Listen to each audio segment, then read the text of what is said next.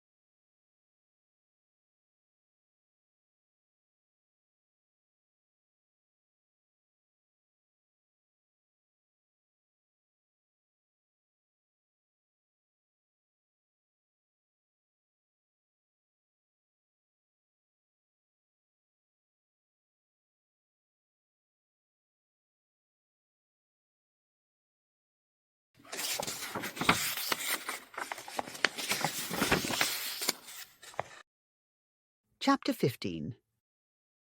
India, the Cradle of the Race. Stefano, have we devils here? Do you put tricks upon us with savages and men of India? The Tempest, Act 2, Scene 2. We have now, so far forth, as it is requisite for our design, considered the nature and functions of the soul, and have plainly demonstrated that she is a substance distinct from the body. Dr. Henry Moore, Immortality of the Soul, 1659. Knowledge is power, ignorance is imbecility. E. Hardinger Britton, Ghostland. The secret doctrine has for many centuries been like the symbolical man of sorrows of the prophet Isaiah. Who hath believed our report? Its martyrs have repeated from one generation to another. The doctrine has grown up before its persecutors as a tender plant and as a root out of a dry ground. It hath no form nor comeliness. It is despised and rejected of men, and they hid their faces from it. They esteemed him not. There need be no controversy as to whether this doctrine agrees or not with the iconoclastic tendency of the skeptics of our times. It agrees with truth, and that is enough. It would be idle to expect that it would be believed by its detractors and slanderers. But the tenacious vitality it exhibits all over the globe, wherever there are a group of men to quarrel over it, is the best proof that the seed planted by our fathers on the other side of the flood was that of a mighty oak, not the spore of a mushroom theology. No lightning of human ridicule can fell to the ground, and no thunderbolts ever forged by the Vulcans of science are powerful enough to blast the trunk or even scar the branches of this world tree of knowledge.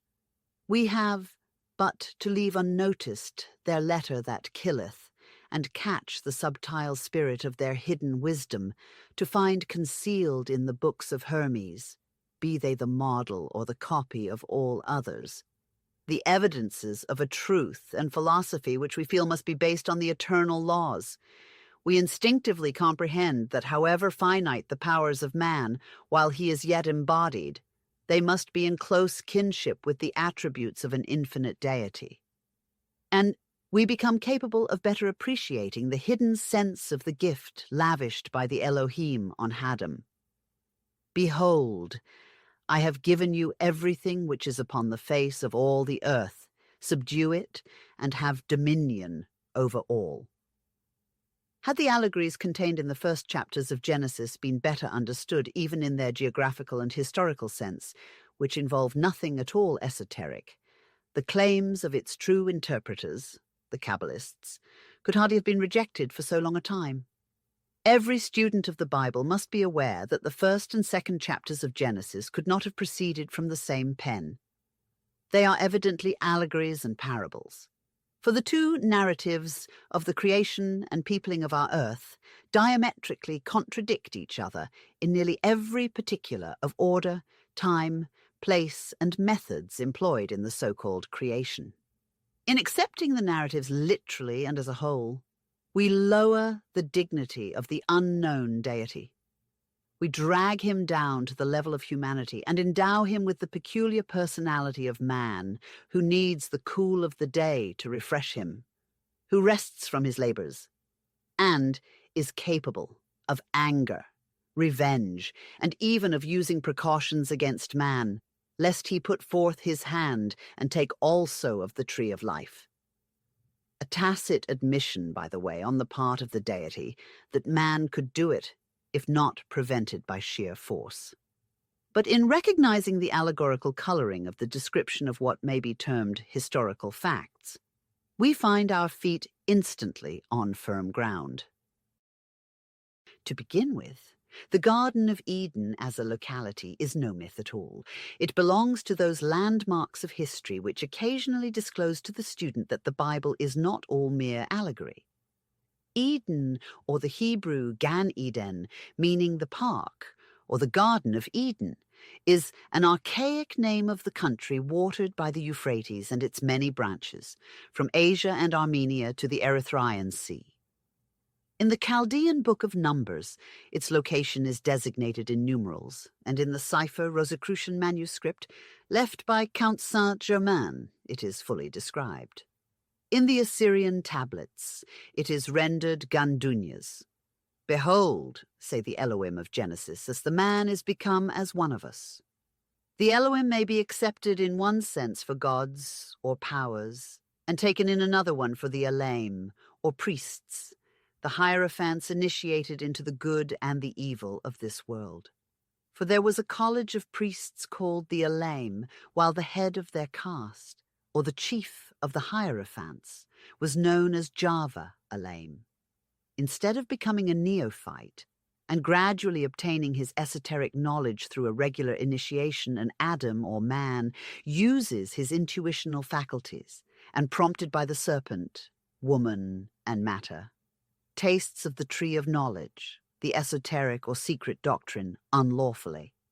The priests of Hercules or Melkarth, the lord of the Eden, all wore coats of skin. The text says, "And Java Elam made for Adam and his wife Chaitunuth hour." The first Hebrew word, chaitun, is the Greek chaiton. It became a Slavonic word by adoption from the Bible and means a coat, an upper garment, though containing the same substratum of esoteric truth as every early cosmogony. The Hebrew scripture wears on its face the marks of its double origin. Its genesis is purely a reminiscence of the Babylonian captivity. The names of places, men, and even objects can be traced from the original text to the Chaldeans and the Akkadians, the progenitors and Aryan instructors of the former. It is strongly contested that the Akkad tribes of Chaldea, Babylonia, and Assyria were in any way cognate with the Brahmins of Hindustan, but there are more proofs in favor of this opinion than otherwise. The Shemite, or Assyrian, ought perchance to have been called the Turanian, and the Mongolians have been denominated Scythes. But if the Akkadians ever existed otherwise than in the imagination of some philologists and ethnologists, they certainly would never have been a Turanian tribe, as some Assyriologists have striven to make us believe. They were simply emigrants on their way to Asia Minor from India, the cradle of humanity, and their sacerdotal adepts tarried to civilize and initiate a barbarian people. Halevi proved the fallacy of the Turanian mania in regard to the Akkadian people, whose very name has been changed a dozen times already. And other scientists have proved that the Babylonian civilization was neither born nor developed in that country.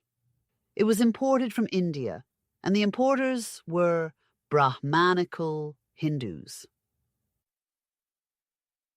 It is the opinion of Professor A. Wilder that if the Assyrians had been called Turanians and the Mongolians Scythes, then in such a case the wars of Iran and Turan, Zohak and Jemshid, or Yima, would have been fairly comprehended as the struggle of the old Persians against the endeavours of the Assyrian satraps to conquer them, which ended in the overthrow of Nineveh. The spider weaving her web in the palace of Afrasiab. The Turanian of Professor Muller and his school, adds our correspondent, was evidently the savage and nomadic Caucasian out of whom the Hamite or Ethiopian builders come, then the Shemites, perhaps a hybrid of Hamite and Aryan, and lastly the Aryan, Median, Persian, Hindu, and later the Gothic and Slavic peoples of Europe. He supposes the Celt to have been a hybrid, analogous to the Assyrians, between the Aryan invaders of Europe and the Iberic, probably Ethiopic population of Europe. In such a case, he must admit the possibility of our assertion that the Akkadians were a tribe of the earliest Hindus. Now, whether they were Brahmins from the Brahmanic planisphere proper, 40 degrees north latitude, or from India, Hindustan, or again from the India of Central Asia, we will leave to philologists of future ages to decide. An opinion which with us amounts to certitude, demonstrated by an inductive method of our own which we are afraid will be but little appreciated by the orthodox methods of modern science, is based on what will appear to the latter merely circumstantial evidence. For years we have repeatedly noticed that the same esoteric truths were expressed in identical symbols and allegories in countries between which there had never been traced any historical affiliation. We have found the Jewish Kabbalah and the Bible repeating the Babylonian myths and the Oriental and Chaldean allegories, given in form and substance in the oldest manuscripts of the Siamese Talapoin, monks, and in the popular but oldest traditions of Ceylon. In the latter place, we have an old and valued acquaintance whom we have also met in other parts of the globe, a Pali scholar and a native Sinhalese, who has in his possession a curious palm leaf, to which, by chemical processes, a time-proof durability has been given, and an enormous conch, or rather one half of a conch, for it has been split in two. On the leaf, we saw the representation of a giant of Selonian antiquity and fame, blind and pulling down, with his outstretched arms which are embracing the four central pillars of a pagoda, the whole temple on a crowd of armed enemies. His hair is long and reaches nearly to the ground. We were informed by the possessor of this curious relic that the blind giant was Somona the Little, so called in contradistinction with Somonakadom, the Siamese saviour. Moreover, the Pali legend, in as important particulars, corresponds with that of the biblical Samson.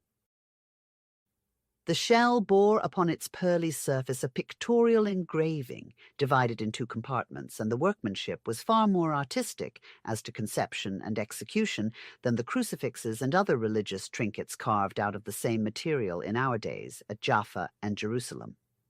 In the first panel is represented Siva with all his Hindu attributes, sacrificing his son, whether the only begotten or one of many, we never stop to inquire. The victim is laid on a funeral pile, and the father is hovering in the air over him with an uplifted weapon ready to strike. But the god's face is turned toward a jungle in which a rhinoceros has deeply buried its horn in a huge tree and is unable to extricate it. The adjoining panel or division represents the same rhinoceros on the pile with the weapon plunged in its side, and the intended victim, Siva's son, free, and helping the god to kindle the fire upon the sacrificial altar. Now we have but to remember that Siva and the Palestinian Baal, or Moloch, and Saturn are identical, that Abraham is held until the present day by the Mahometan Arabs as Saturn in the Kaaba, that Abraham and Israel were names of Saturn, and that Sanchoniathon tells us that Saturn offered his only begotten son as a sacrifice to his father Uranus, and even circumcised himself and forced all his household and allies to do the same, to trace unerringly the biblical myth to its source. But this source is neither Phoenician nor Chaldean. It is purely Indian, and the original of it may be found in the Mahabharata.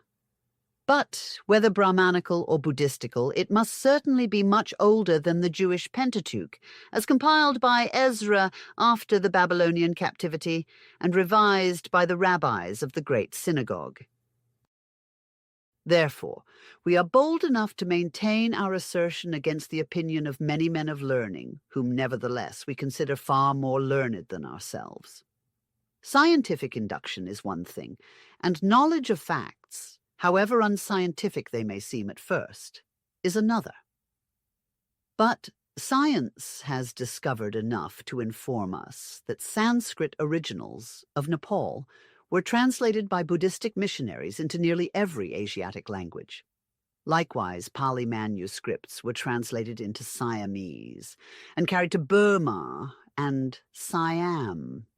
It is easy, therefore, to account for the same religious legends and myths circulating in all these countries. But Manetho tells us also of Pali shepherds who emigrated westward. And when we find some of the oldest Silonic traditions in the Chaldean Kabbalah and Jewish Bible, we must think that either Chaldeans or Babylonians had been in Ceylon or India, or the ancient Pali had the same traditions as the Akkadians, whose origin is so uncertain. Suppose even Rawlinson to be right, and that the Akkadians did come from Armenia, he did not trace them farther back. As the field is now opened for any kind of hypothesis, we submit that this tribe might as well have come to Armenia from beyond the Indus, following their way in the direction of the Caspian Sea, a part which was also India once upon a time, and from thence to the Euxine. Or they might have come originally from Ceylon by the same way. It has been found impossible to follow with any degree of certitude the wanderings of these nomadic Aryan tribes. Hence, we are left to judge from inference, and by comparing their esoteric myths. Abraham himself, for all our scientists can know, might have been one of these Pali shepherds who emigrated west. He is shown to have gone with his father, Terah, from Ur of the Chaldees. And Sir H. Rawlinson found the Phoenician city of Martu, or Marathos, mentioned in an inscription at Ur, and shows it to signify the West.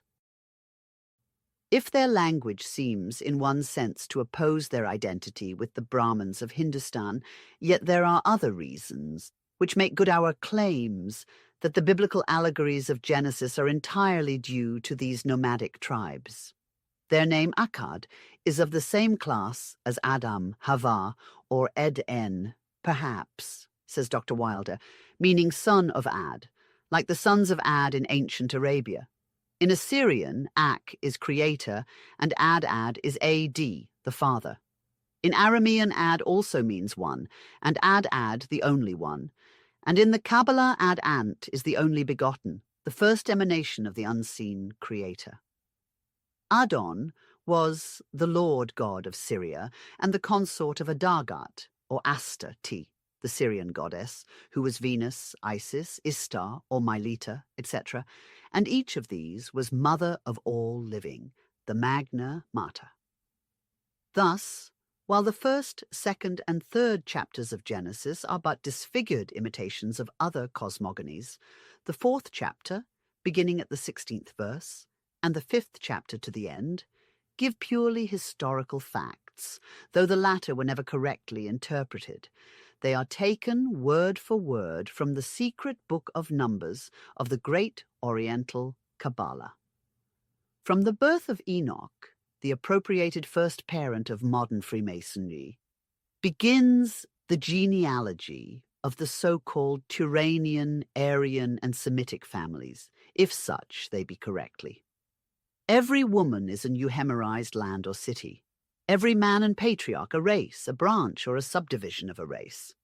The wives of Lamech give the key to the riddle which some good scholar might easily master, even without studying the esoteric sciences. And Adar bare Jabal, he was the father of such as dwell in tents and of such as have cattle, nomadic Aryan race. And his brother was Jubal. He was the father of all such as handle the harp and organ. And Zillah bare Tubal-Cain, an instructor of every artificer in brass and iron, etc. Every word has a significance. But it is no revelation. It is simply a compilation of the most historical facts, although history is too perplexed upon this point to know how to claim them. It is from the Euxine to Kashmir, and beyond that we must search for the cradle of mankind and the sons of Adar, and leave the particular garden of Eden on the Euphrates to the college of the weird astrologers and Magi, the Alim. No wonder that the northern seer, Swedenborg, advises people to search for the lost word among the hierophants of Tartary, China, and Tibet. For it is there, and only there now, although we find it inscribed on the monuments of the oldest Egyptian dynasties.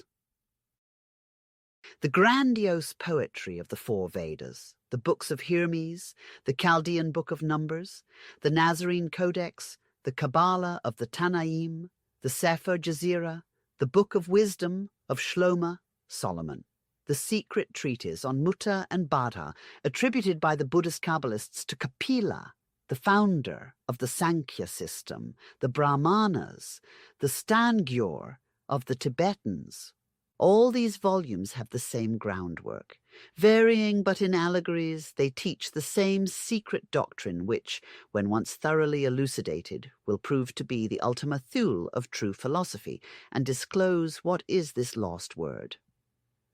It is useless to expect scientists to find in these works anything of interest, except that which is in direct relation to either philology or comparative mythology.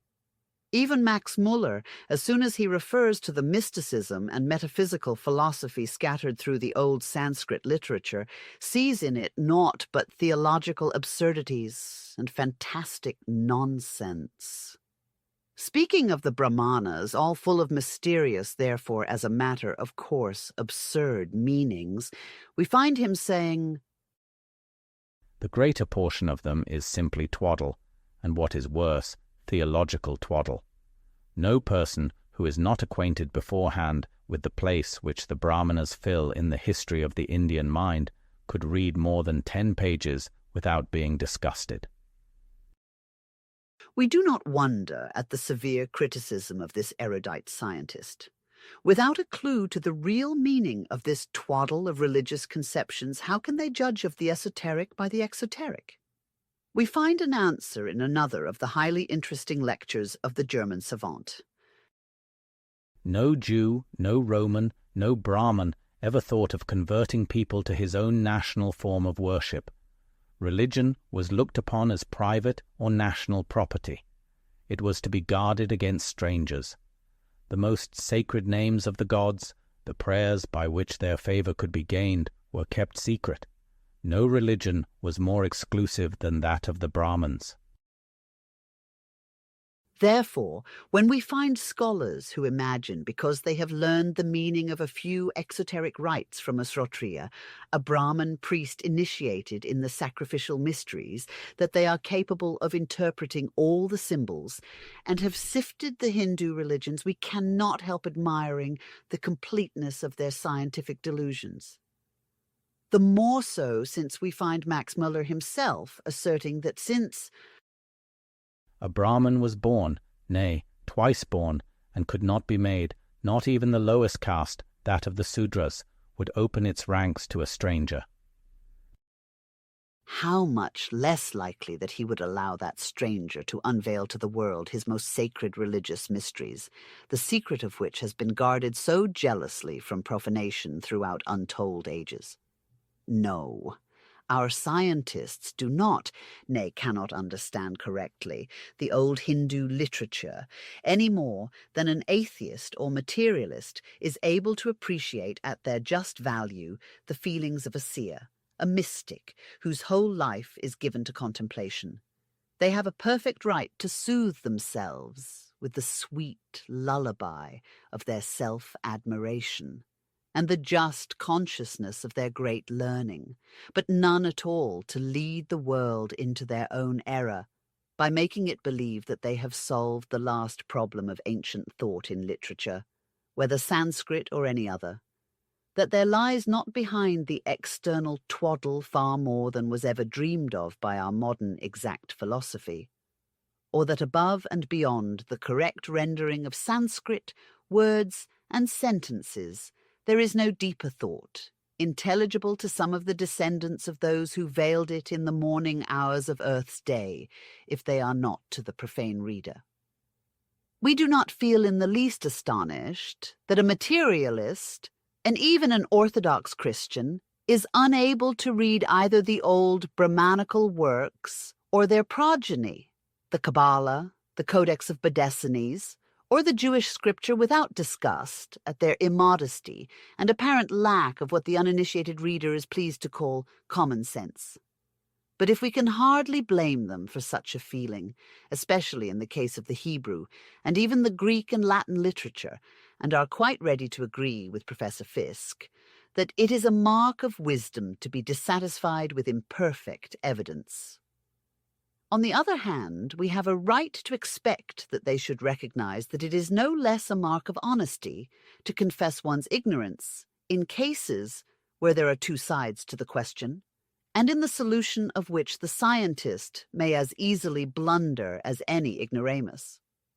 When we find Professor Draper, in his definition of periods in the intellectual development of Europe, classifying the time from the days of Socrates, the precursor and teacher of Plato, to Carneades, as the age of faith, and that from Philo to the destruction of the Neoplatonic schools by Justinian, the age of decrepitude, we may be allowed to infer that the learned professor knows as little about the real tendency of Greek philosophy and the Attic schools as he understood the true character of Giordano Bruno.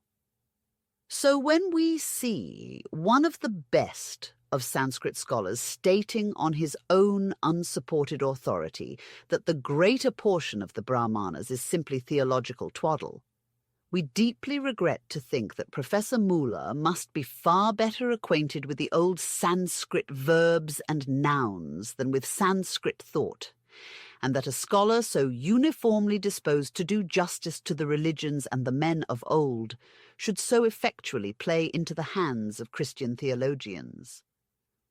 "What is the use of Sanskrit?" exclaims Jacquemont, who alone has made more false statements about the East than all the Orientalists put together. At such a rate there would be none, indeed. If we are to exchange one corpse for another, then we may as well dissect the dead letter of the Jewish Bible as that of the Vedas. He who is not intuitionally vivified by the religious spirit of old will never see beyond the exoteric twaddle. When first we read that in the cavity of the cranium of Macroprosopos, the long face, lies hidden the aerial wisdom which nowhere is opened, and it is not discovered and not opened. Or again, that the nose of the Ancient of Days is life in every part, we are inclined to regard it as the incoherent ravings of a lunatic.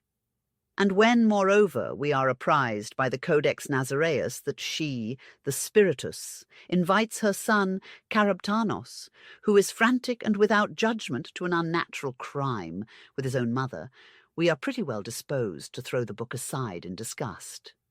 But is this only meaningless trash, expressed in rude and even obscene language? No more can it be judged by external appearance than the sexual symbols of the Egyptian and Hindu religions, or the coarse frankness of expression of the Holy Bible itself. No more than the allegory of Eve and the tempting serpent of Eden, the ever-insinuating restless spirit when once it falls into matter, tempts Eve or Hava, which bodily represent chaotic matter, frantic and without judgment. For matter, Karabtanos, is the son of spirit, or the spiritus of the Nazarenes, the Sophia Achamoth, and the latter is the daughter of the pure intellectual spirit, the divine breath.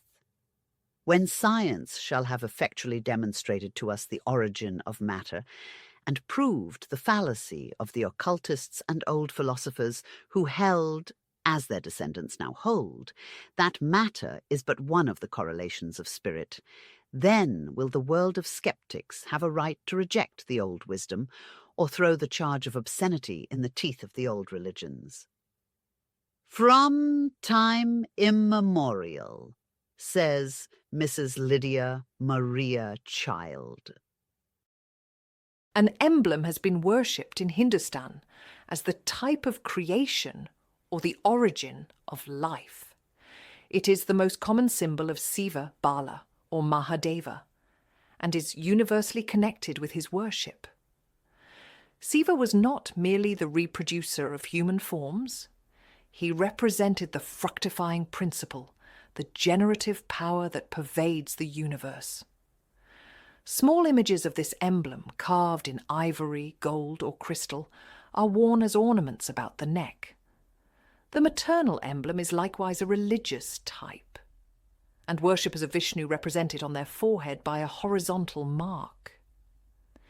Is it strange that they regarded with reverence the great mystery of human birth? Were they impure thus to regard it? Or are we impure that we do not so regard it? We have travelled far, and unclean have been the paths, since those old anchorites first spoke of God and the soul in the solemn depths of their first sanctuaries. Let us not smile at their mode of tracing the infinite and incomprehensible cause throughout all the mysteries of nature, lest by so doing we cast the shadow of our own grossness on their patriarchal simplicity.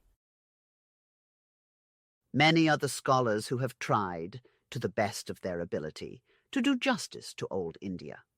Colebrook, Sir William Jones, Barthélemy St. Hilaire, Lasson, Weber, Strange, Burnouf, Hardy, and finally Jacoliot have all brought forward their testimony to her achievements in legislation, ethics, philosophy, and religion. No people in the world have ever attained to such a grandeur of thought in ideal conceptions of the deity and its offspring, man, as the Sanskrit metaphysicians and theologians. My complaint against many translators and Orientalists, says Jacoliot, while admiring their profound knowledge, is that not having lived in India, they fail in exactness of expression and in comprehension of the symbolical sense of poetic chants, prayers, and ceremonies, and thus too often fall into material errors, whether of translation or appreciation. Further, this author who, from a long residence in India and the study of its literature, is better qualified to testify than those who have never been there, tells us that the life of several generations would scarce suffice merely to read the works that ancient India has left us on history, ethics, morale, poetry, philosophy, religion, different sciences, and medicine. And yet Louis Jacoliot is able to judge, but by the few fragments, access to which had ever depended on the complacence and friendship of a few Brahmins with whom he succeeded in becoming intimate. Did they show him all their treasures? Did they explain to him all he desired to learn? We doubt it. Otherwise he would not himself have judged their religious ceremonies so hastily as he has upon several occasions, merely upon circumstantial evidence. Still, no traveller has shown himself fair in the main, or more impartial to India than Jacoliot.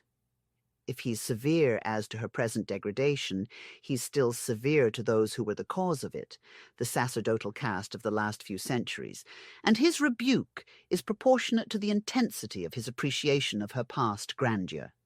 He shows the sources whence proceeded the revelations of all the ancient creeds, including the inspired books of Moses, and points at India directly as the cradle of humanity, the parent of all other nations and the hotbed of all the lost arts and sciences of antiquity, for which old India herself was lost already in the Sumerian darkness of the archaic ages.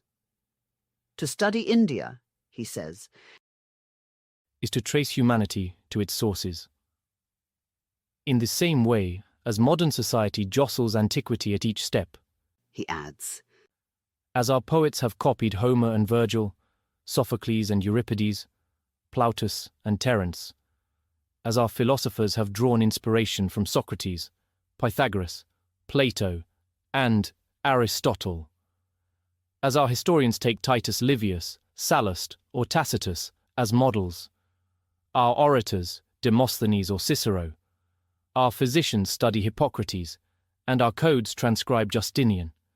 So had antiquity's self also an antiquity to study, to imitate, and to copy. What more simple and more logical? Do not peoples precede and succeed each other? Does the knowledge, painfully acquired by one nation, confine itself to its own territory and die with the generation that produced it? Can there be any absurdity in the suggestion that the India of 6,000 years ago, brilliant, civilized, overflowing with population, impressed upon Egypt, Persia, Judea, Greece, and Rome, a stamp as ineffaceable, impressions as profound, as these last have impressed upon us? It is time to disabuse ourselves of those prejudices which represent the ancients as having almost spontaneously elaborated ideas, philosophic, religious, and moral, the most lofty, those prejudices that in their naive admiration explain all in the domain of science, arts, and letters, by the intuition of some few great men, and in the realm of religion by revelation. We believe that the day is not far off when the opponents of this fine and erudite writer will be silenced by the force of irrefutable evidence, and when facts shall once have corroborated his theories and assertions, what will the world find?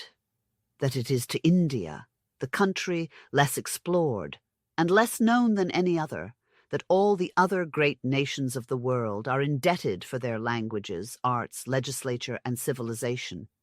Its progress impeded for a few centuries before our era, for, as this writer shows, at the epoch of the great Macedonian conqueror, India had already passed the period of her splendor, was completely stifled in the subsequent ages.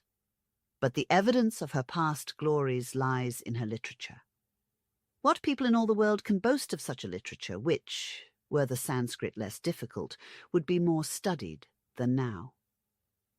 Hitherto, the general public has had to rely for information on a few scholars who, notwithstanding their great learning and trustworthiness, are unequal to the task of translating and commenting upon more than a few books out of the almost countless number that, notwithstanding the vandalism of the missionaries, are still left to swell the mighty volume of Sanskrit literature.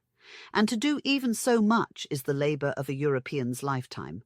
Hence, people judge hastily and often make the most ridiculous blunders. Quite recently, a certain Reverend Dunlop Moore of New Brighton, Pennsylvania, determined to show his cleverness and piety at a single stroke, attacked the statement made by a theosophist in a discourse delivered at the cremation of Baron de Palm, that the Code of Manu existed 1,000 years before Moses. All Orientalists of any note, he says, are now agreed that the Institutes of Manu were written at different times. The oldest part of the collection probably dates from the 6th century, before the Christian era. Whatever other Orientalists encountered by this Pennsylvania pundit may think, Sir William Jones is of a different opinion. In the preface of his Ordinances of Manu, he says, Since these institutes consist only of 2,685 verses, they cannot be the whole work ascribed to Sumati, which is probably distinguished by the name Vrida or ancient Manava, and cannot be found entire, though several passages from it which have been preserved by tradition are occasionally cited in the New Digest. We read in the preface to a treatise on legislation by Narada, says Jacoliot, written by one of his adepts, a client of Brahmanical power. Manu, having written the laws of Brahma in 100,000 slokas, or distichs, which form 24 books and 1,000 chapters, gave the work to Narada, the sage of sages, who abridged it for the use of mankind to 12,000 verses, which he gave to a son of Brigo, named Sumati, who, for the greater convenience of man, reduced them to 4,000. Here we have the opinion of Sir William Jones, who, in 1794, affirmed that the fragments in possession of the Europeans could not be the ancient Code of Manu, and that of Louis Jacoliot, who in 1868, after consulting all the authorities and adding to them the result of his own long and patient research, writes the following. The Hindu laws were codified by Manu more than 3,000 years before the Christian era, copied by the whole of antiquity, and notably by Rome, which alone has left us a written law, the Code of Justinian, which has been adopted as the basis of all modern legislations. In another volume, entitled Christna et le Christ, in a scientific arraignment of a pious, albeit very learned Catholic antagonist, Monsieur Textor de Ravisi, who seeks to prove that the orthography of the name Christna is not warranted by its Sanskrit spelling, and has the worst of it, Jacoliot remarks, We know that the legislator Manu is lost in the night of the anti-historical period of India, and that no Indianist has dared to refuse him the title of the most ancient lawgiver in the world. But Jacoliot had not heard of the Reverend Dunlop Moore. This is why, perhaps, he and several other Indiologists are preparing to prove that many of the Vedic texts, as well as those of Manu sent to Europe by the Asiatic Society of Calcutta, are not genuine texts at all, but mostly due to the cunning tentative efforts of certain Jesuit missionaries to mislead science by the help of apocryphal works calculated at once to throw upon the history of ancient India a cloud of uncertainty and darkness, and on the modern Brahmins and pundits a suspicion of systematical interpolation. These facts, he adds, which are so well established in India that they are not even brought in question, must be revealed to Europe. Krishna et le Christ, Panja 347. Moreover, the Code of Manu, known to European Orientalists as that one which is commented upon by Brigo, doesn't even form a part of the ancient Manu called the Vriddha Manava. Although but small fragments of it have been discovered by our scientists, it does exist as a whole in certain temples, and Jacoliot proves that the texts sent to Europe disagree entirely with the same texts as found in the pagodas of southern India. We can also cite for our purpose Sir William Jones, who, complaining of Kalauka, remarks that the latter seems in his commentaries to have never considered that. The laws of Manu are restricted to the first 3 ages. Translation of Manu and commentaries.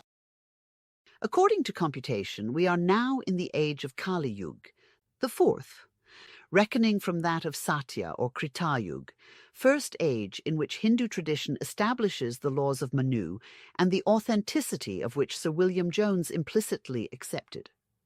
Admitting all that may be said as to the enormous exaggerations of Hindu chronology, which, by the by, dovetails far better with modern geology and anthropology than the 6,000 years caricature chronology of the Jewish scripture, still, as about 4,500 years have elapsed since the 4th age of the world, or Kali Yuga, began, we have here a proof that one of the greatest Orientalists that ever lived, and a Christian in the bargain, not a theosophist, believed that Manu is many thousand years older than Moses. Clearly, one of 2 things should happen. Either Indian history should be remodeled for the Presbyterian banner, or the writers for that sheet should study Hindu literature before trying their hand again at criticism of theosophists.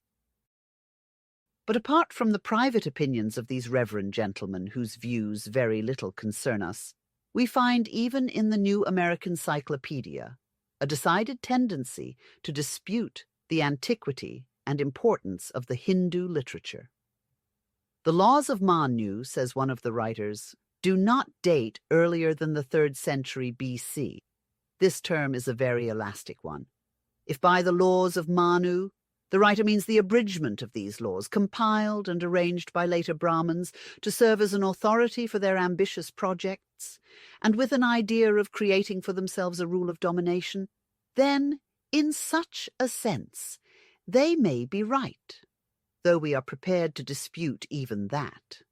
At all events, it is as little proper to pass off this abridgment for the genuine old laws codified by Manu as to assert that the Hebrew Bible does not date earlier than the 10th century of our era, because we have no Hebrew manuscript older than that, or that the poems of Homer's Iliad were neither known nor written before its first authenticated manuscript was found.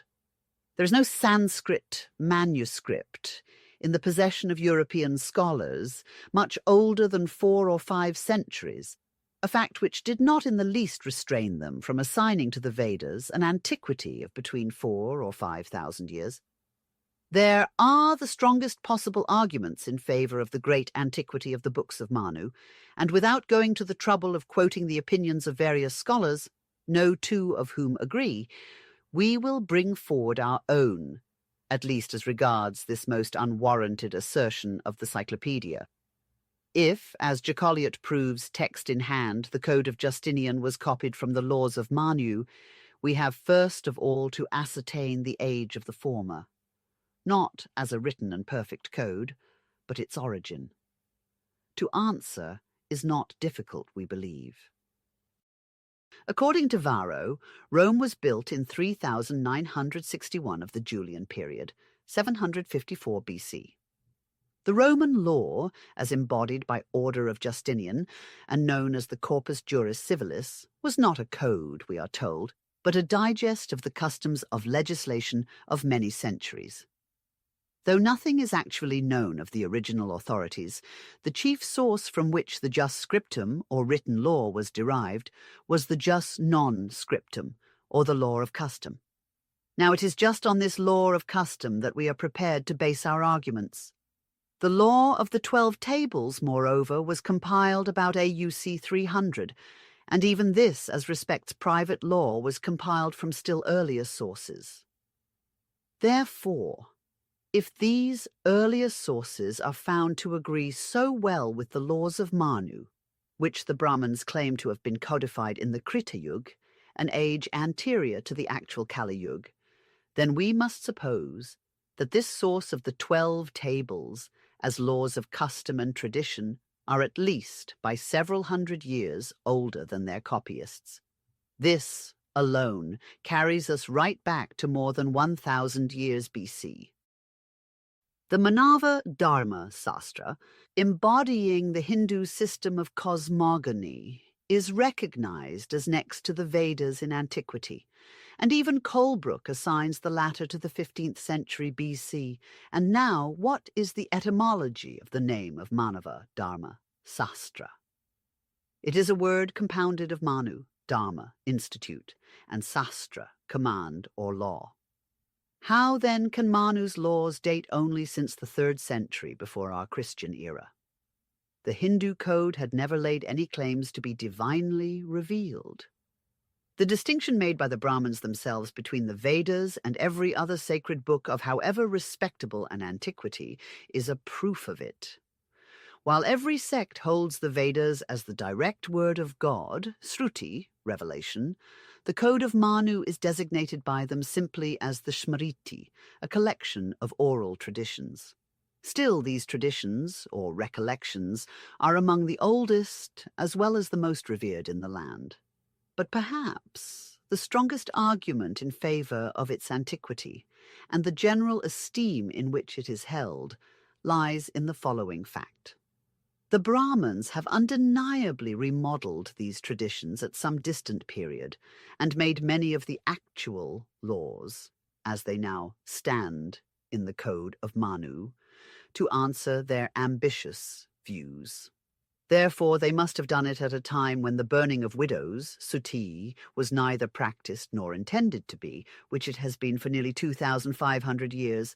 No more than in the Vedas is there any such atrocious law mentioned in the Code of Manu, who, unless he is completely unacquainted with the history of India, but knows that this country was once on the verge of a religious rebellion occasioned by the prohibition of sati by the English government.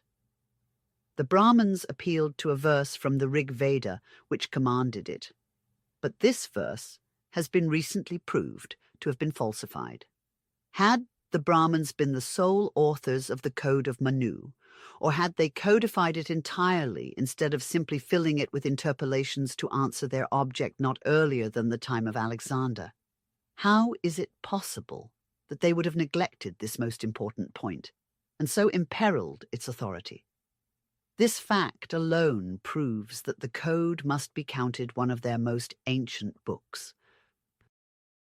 It is on the strength of such circumstantial evidence, that of reason and logic, that we affirm that, if Egypt furnished Greece with her civilization, and the latter bequeathed hers to Rome, Egypt herself had, in those unknown ages when Menes reigned, received her laws, her social institutions, her arts, and her sciences from pre-Vedic India, and that therefore it is in that old initiation of the priests, adepts of all the other countries, we must seek for the key to the great mysteries of humanity. And when we say indiscriminately India, we do not mean the India of our modern days, but that of the archaic period. In those ancient times, countries which are now known to us by other names were all called India. There was an upper, a lower, and a western India, the latter of which is now Persia, Iran. The countries now named Tibet, Mongolia, and Great Tartary were also considered by the ancient writers as India. We will now give a legend in relation to those places which science now fully concedes to have been the cradle of humanity. Tradition says, and the records of the Great Book explain, that long before the days of Adam and his inquisitive wife, Heva, where now are found but salt lakes and desolate barren deserts, there was a vast inland sea which extended over Middle Asia, north of the proud Himalayan range and its western prolongation. An island, which for its unparalleled beauty had no rival in the world, was inhabited by the last remnant of the race which preceded ours. This race could live with equal ease in water, air, or fire, for it had an unlimited control over the elements. These were the sons of God, not those who saw the daughters of men, but the real Elohim, though in the Oriental Kabbalah they have another name. It was they who imparted nature's most weird secrets to men and revealed to them the ineffable and now lost word.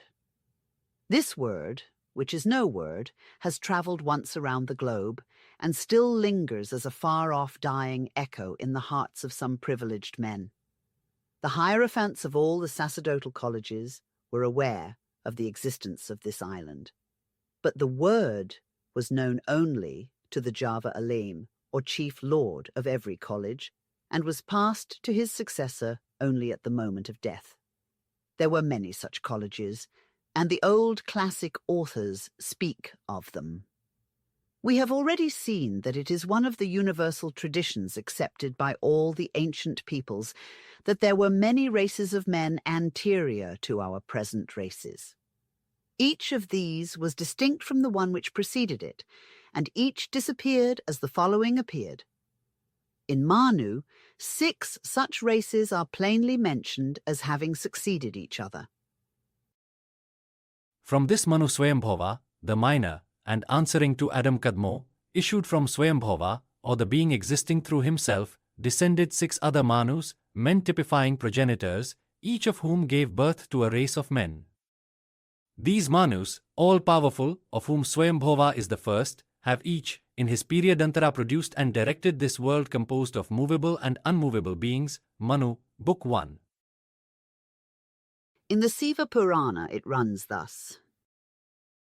O Siva, thou god of fire, mayest thou destroy my sins, as the bleaching grass of the jungle is destroyed by fire. It is through thy mighty breath that Adhima, the first man, and Heva, completion of life, in Sanskrit, the ancestors of this race of men have received life and covered the world with their descendants. There was no communication with the fair island by sea, but subterranean passages known only to the chiefs communicated with it in all directions. Tradition points to many of the majestic ruins of India, Ellora, Elephanta, and the caverns of Ajunta, Chandor range, which belonged once to those colleges, and with which were connected such subterranean ways. Who can tell but the lost Atlantis, which is also mentioned in the secret book, but again under another name pronounced in the sacred language, did not exist yet in those days? The great lost continent might have perhaps been situated south of Asia, extending from India to Tasmania. If the hypothesis now so much doubted and positively denied by some learned authors, who regard it as a joke of Plato's, is ever verified, then perhaps will the scientists believe that the description of the god-inhabited continent was not altogether fable. And they may then perceive that Plato's guarded hints, and the fact of his attributing the narrative to Solon and the Egyptian priests, were but a prudent way of imparting the fact to the world, and by cleverly combining truth and fiction, to disconnect himself from a story which the obligations imposed at initiation forbade him to divulge. And how could the name of Atlanta itself originate with Plato at all? Atlante is not a Greek name, and its construction has nothing of the Grecian element in it. Brasseur de Bourbourg tried to demonstrate it years ago, and Baldwin, in his Prehistoric Nations and Ancient America, cites the former, who declares that the words Atlas and Atlantic have no satisfactory etymology in any language known in Europe. They are not Greek, and cannot be referred to any known language of the Old World. But in the Nahuatl, or Toltec language, we find immediately the radical A, ATL, which signifies water, war, and the top of the head. From this comes a series of words, such as Atlan, or the border of or amid the water, from which we have the adjective Atlantic. We have also Atlaka, to combat.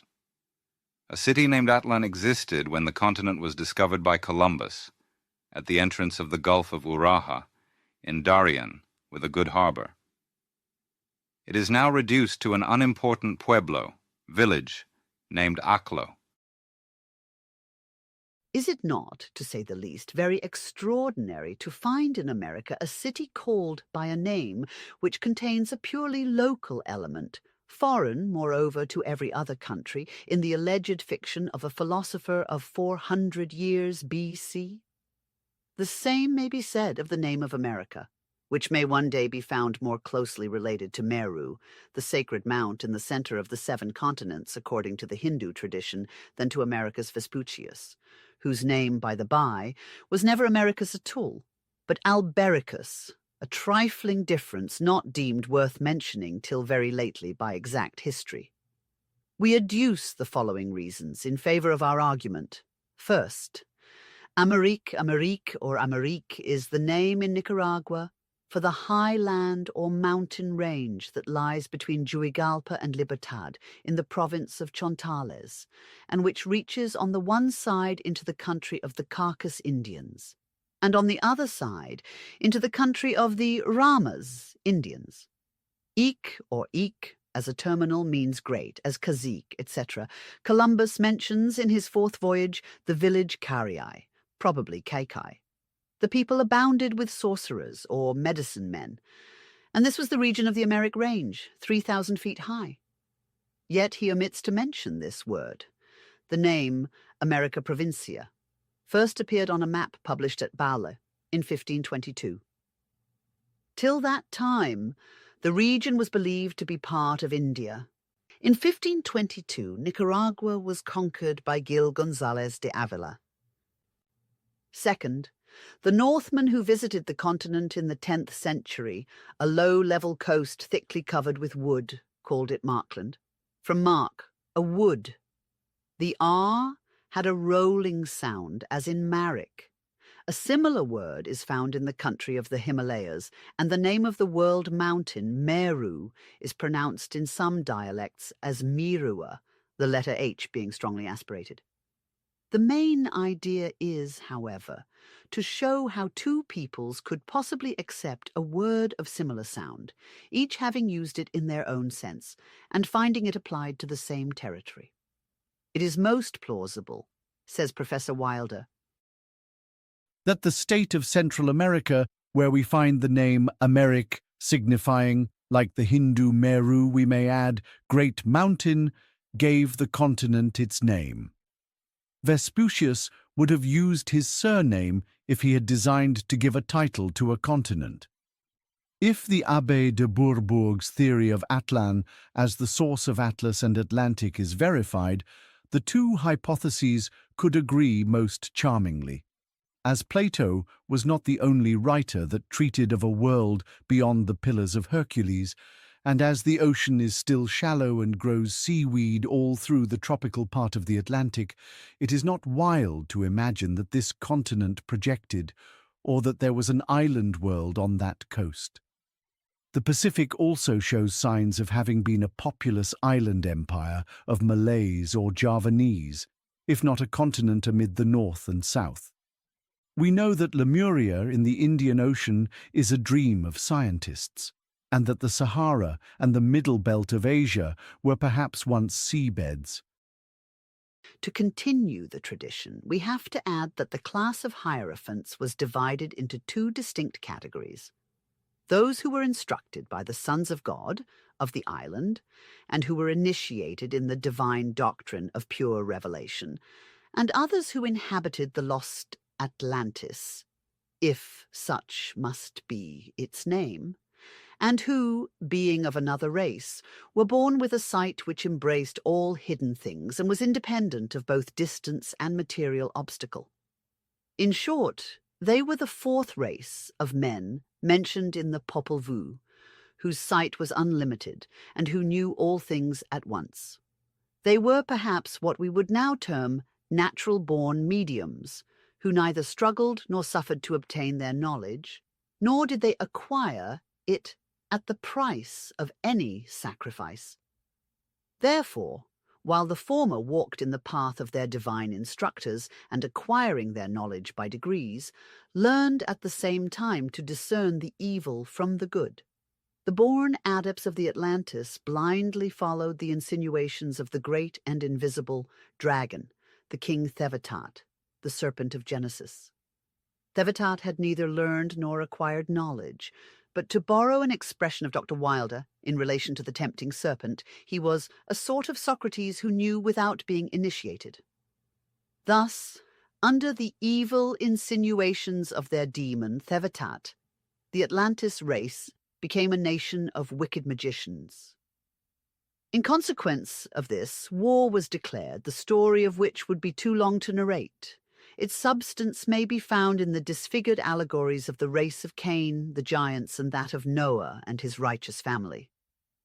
The conflict came to an end by the submersion of the Atlantis, which finds its imitation in the stories of the Babylonian and Mosaic flood. The giants and magicians. And all flesh died, and every man. All except Xisuthros and Noah, who are substantially identical with the great father of the Thlinkithians in the Popol Vuh, or the sacred book of the Guatemalans, which also tells of his escaping in a large boat, like the Hindu Noah, Vaiswasvata. If we believe the tradition at all, we have to credit the further story that from the intermarrying of the progeny of the Hierophants of the island and the descendants of the Atlantean Noah sprang up a mixed race of righteous and wicked.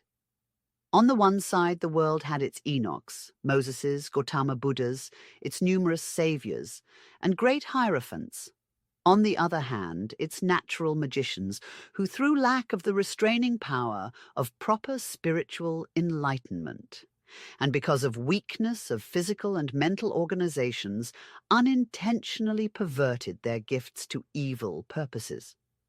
Moses had no word of rebuke for those adepts in prophecy and other powers who had been instructed in the colleges of esoteric wisdom mentioned in the Bible. His denunciations were reserved for such as either wittingly or otherwise debased the powers inherited from their Atlantean ancestors to the service of evil spirits, to the injury of humanity. His wrath was kindled against the spirit of Ob, not that of Od. The ruins, which cover both Americas and are found on many West Indian islands, are all attributed to the submerged Atlanteans, as well as the hierophants of the Old World, which in the days of Atlantis was almost connected with the new one by land. The magicians of the now submerged country had a network of subterranean passages running in all directions. In connection with those mysterious catacombs, we will now give a curious story told to us by a Peruvian, long since dead, as we were travelling together in the interior of his country. There must be truth in it, as it was afterward confirmed to us by an Italian gentleman who had seen the place, and who, but for lack of means and time, would have verified the tale himself, at least partially. The informant of the Italian was an old priest who had had the secret divulged to him at confession by a Peruvian Indian. We may add, moreover, that the priest was compelled to make the revelation, being, at the time, completely under the mesmeric influence of the traveller. The story concerns the famous treasures of the last of the Incas. The Peruvian asserted that since the well-known and miserable murder of the latter by Pizarro, the secret had been known to all the Indians, except the mestizos who could not be trusted. It runs thus. The Inca was made prisoner, and his wife offered for his liberation a room full of gold, from the floor up to the ceiling, as high up as his conqueror could reach, before the sun would set on the third day. She kept her promise, but Pizarro broke his word according to Spanish practice. Marveling at the exhibition of such treasures, the conqueror declared that he would not release the prisoner, but would murder him, unless the queen revealed the place whence the treasure came. He had heard that the Incas had somewhere an inexhaustible mine, a subterranean road or tunnel running many miles underground, where were kept the accumulated riches of the country. The unfortunate queen begged for delay and went to consult the oracles. During the sacrifice, the chief priest showed her in the consecrated black mirror the unavoidable murder of her husband, whether she delivered the treasures of the crown to Pizarro or not. Then the queen gave the order to close the entrance, which was a door cut in the rocky wall of a chasm. Under the direction of the priest and magicians, the chasm was accordingly filled to the top with huge masses of rock, and the surface covered over so as to conceal the work. The Inca was murdered by the Spaniards, and his unhappy queen committed suicide. Spanish greed overreached itself, and the secret of the buried treasures was locked in the breasts of a few faithful Peruvians. Our Peruvian informant added that in consequence of certain indiscretions at various times, persons had been sent by different governments to search for the treasure under the pretext of scientific exploration. They had rummaged the country through, but without realizing their object. So far, this tradition is corroborated by the reports of Dr. Tschudi and other historians of Peru. But there are certain additional details which we are not aware have been made public before now. Several years after hearing the story and its corroboration by the Italian gentleman, we again visited Peru. Going southward from Lima by water, we reached a point near Arica at sunset, and were struck by the appearance of an enormous rock, nearly perpendicular, which stood in mournful solitude on the shore, apart from the range of the Andes. It was the tomb of the Incas. As the last rays of the setting sun strike the face of the rock, one can make out, with an ordinary opera glass, some curious hieroglyphics inscribed on the volcanic surface. When Cusco was the capital of Peru, it contained a temple of the sun, famed far and near for its magnificence. It was roofed with thick plates of gold, and the walls were covered with the same precious metal. The eave troughs were also of solid gold. In the west wall, the architects had contrived an aperture in such a way that when the sunbeams reached it, it focused them inside the building. Stretching like a golden chain from one sparkling point to another, they encircled the walls, illuminating the grim idols and disclosing certain mystic signs, at other times invisible. It was only by understanding these hieroglyphics, identical with those which may be seen to this day on the tomb of the Incas, that one could learn the secret of the tunnel and its approaches. Among the latter was one in the neighborhood of Cusco, now masked beyond discovery. This leads directly into an immense tunnel which runs from Cusco to Lima and then, turning southward, extends into Bolivia.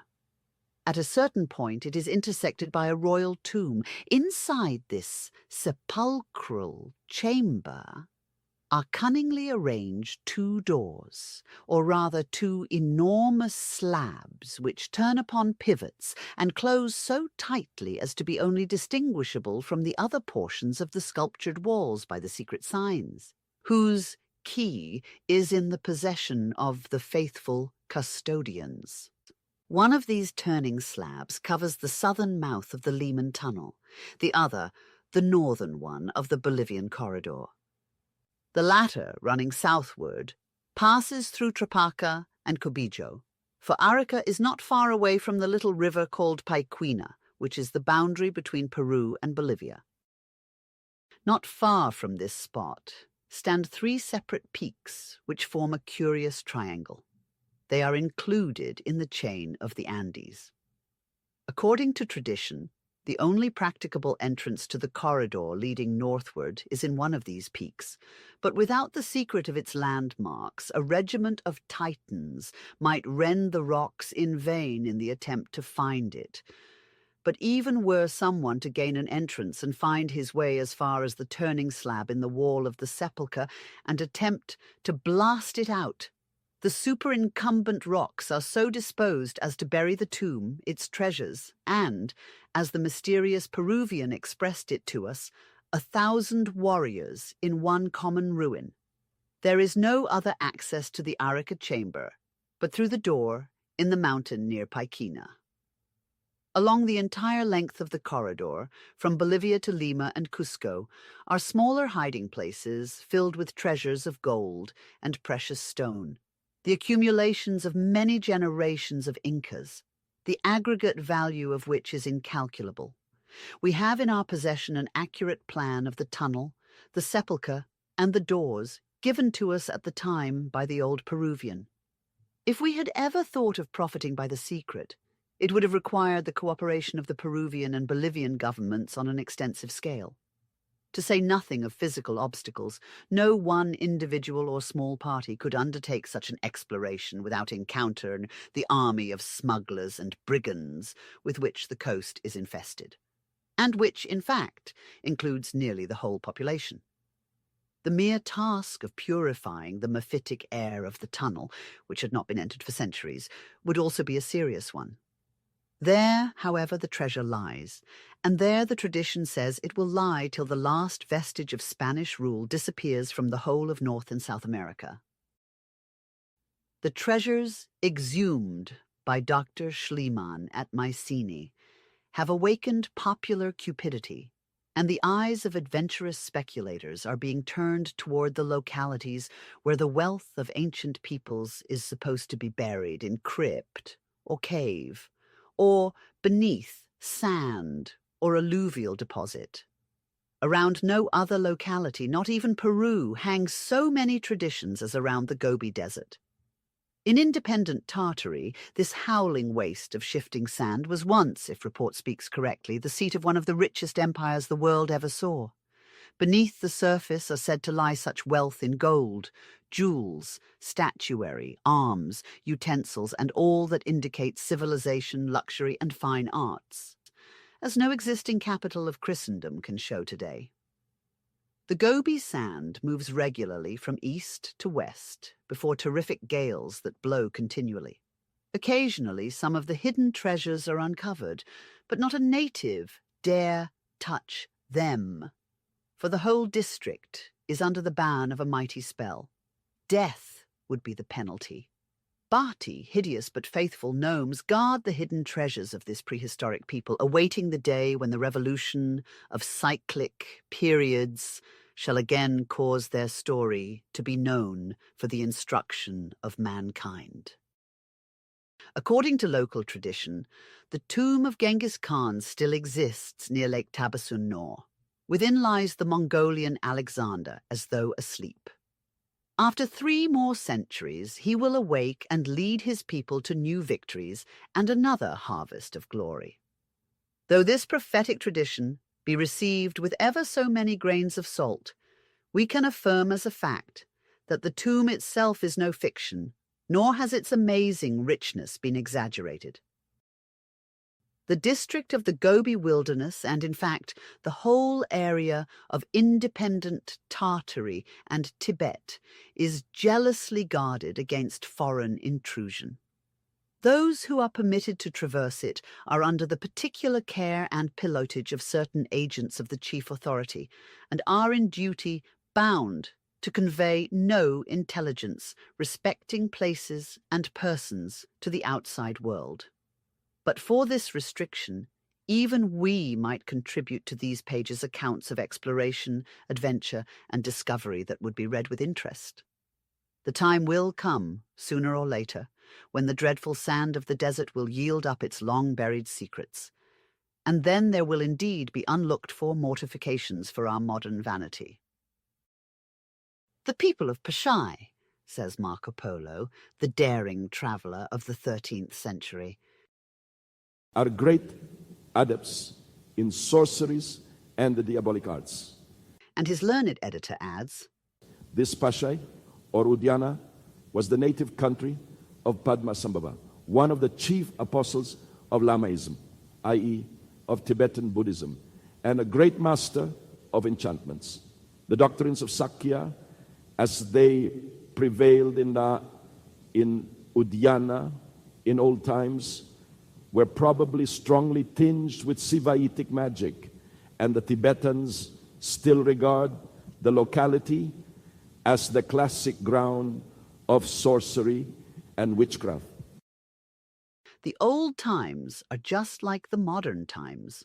Nothing is changed as to magical practices, except that they have become still more esoteric and arcane, and that the caution of the adepts increases in proportion to the traveller's curiosity. Huyen Tsang says of the inhabitants, The men are fond of study, but pursue it with no ardor. The science of magical formulae has become a regular professional business with them. We will not contradict the venerable Chinese pilgrim on this point, and are willing to admit that in the 7th century some people made a professional business of magic. So also do some people now, but certainly not the true adepts. It is not Huyen Tsang, the pious, courageous man, who risked his life 100 times to have the bliss of perceiving Buddha's shadow in the cave of Peshawar, who would have accused the holy lamas and monkish thaumaturgists of making a professional business of showing it to travelers. The injunction of Gautama, contained in his answer to King Prasenajit, his protector, who called on him to perform miracles, must have been ever present to the mind of Huyen Tsang. Great king, said Gautama, I do not teach the law to my pupils, telling them, Go ye saints, and before the eyes of the Brahmins and householders perform, by means of your supernatural powers, miracles greater than any man can perform. I tell them, when I teach them the law, live ye saints, hiding your good works, and showing your sins. Struck with the accounts of magical exhibitions witnessed and recorded by travelers of every age who had visited Tartary and Tibet, Colonel Yule comes to the conclusion that the natives must have had at their command the whole encyclopedia of modern spiritualists. Duhalde mentions among their sorceries the art of producing by their invocations the figures of Laotzen and their divinities in the air, and of making a pencil write answers to questions without anybody touching it. the former invocations pertain to religious mysteries of their sanctuaries. If done otherwise, or for the sake of gain, they are considered sorcery, necromancy, and strictly forbidden. The latter art, that of making a pencil write without contact, was known and practiced in China and other countries centuries before the Christian era. It is the ABC of magic in those countries. When Hyoen-Tsang desired to adore the shadow of Buddha, it was not to professional magicians that he resorted, but to the power of his own soul invocation, the power of prayer, faith, and contemplation. All was dark and dreary near the cavern in which the miracle was alleged to take place sometimes. Hyoen-Tsang entered and began his devotions. He made 100 salutations, but neither saw nor heard anything. Then, thinking himself too sinful, he cried bitterly and despaired.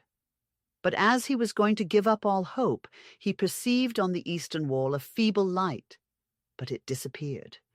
He renewed his prayers, full of hope this time, and again he saw the light, which flashed and disappeared again. After this he made a solemn vow. He would not leave the cave till he had the rapture to see at last the shadow of the venerable of the age. He had to wait longer after this, for only after 200 prayers was the dark cave suddenly bathed in light, and the shadow of Buddha, of a brilliant white color, rose majestically on the wall, as when the clouds suddenly open, and all at once displayed the marvelous image of the mountain of light.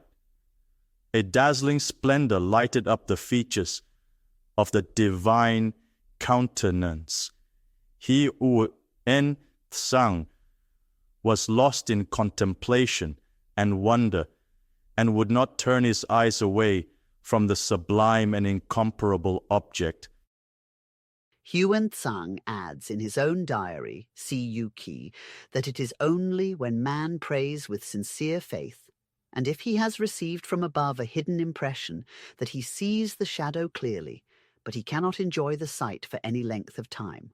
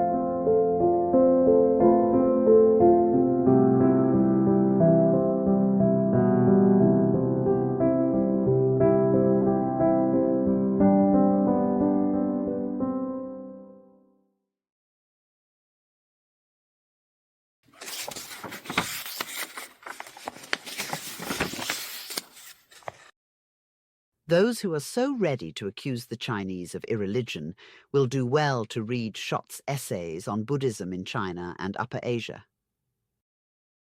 In the years Yuanyu of the Song, AD 1086 to 1093, a pious matron with her 2 servants lived entirely to the land of enlightenment. One of the maids said one day to her companion, "Tonight I shall pass over to the realm of Amita, Buddha." The same night, a balsamic odor filled the house, and the maid died without any preceding illness. On the following day, the surviving maid said to her lady, "Yesterday my deceased companion appeared to me in a dream and said, 'Thanks to the persevering supplications of our dear mistress, I am become an inhabitant of paradise, and my blessedness is past all expression in words.' The matron replied, 'If she will appear to me also, then will I believe all you say.' The next night the deceased really appeared to her. The lady asked, 'May I, for once, visit the land of enlightenment?' 'Yea,' answered the blessed soul, 'thou hast but to follow thine handmaiden.' The lady followed her, in her dream, and soon perceived a lake of immeasurable expanse, overspread with innumerable red and white lotus flowers of various sizes, some blooming, some fading. She asked what those flowers might signify. The maiden replied, 'These are all human beings on the earth whose thoughts are turned to the land of enlightenment. The very first longing after the paradise of Amita produces a flower in the celestial lake, and this becomes daily larger and more glorious as the self-improvement of the person whom it represents advances. In the contrary case, it loses in glory and fades away.' The matron desired to know the name of an enlightened one who reposed on one of the flowers, clad in a waving and wondrously glistening raiment. Her whilom maiden answered, 'That is Yang Kie.' Then asked she the name of another, and was answered, 'That is Mahu.' The lady then said, 'At what place shall I hereafter come into existence?' Then the blessed soul led her a space further, and showed her a hill that gleamed with gold and azure. 'Here,' said she, 'is your future abode. You will belong to the first order of the blessed.' When the matron awoke, she sent to inquire for Yang Kie and Mahu. The first was already departed, the other still alive and well. And thus the lady learned that the soul of one who advances in holiness and never turns back may be already a dweller in the land of enlightenment, even though the body still sojourn in this transitory world. In the same essay, another Chinese story is translated, and to the same effect. I knew a man, says the author, who during his life had killed many living beings, and was at last struck with an apoplexy.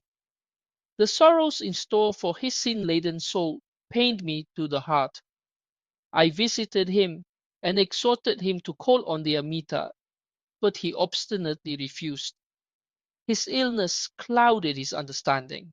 In consequence of his misdeeds, he had become hardened. What was before such a man when once his eyes were closed? In this life, the night followeth the day, and the winter followeth the summer. That all men are aware of, but that life is followed by death, no man will consider.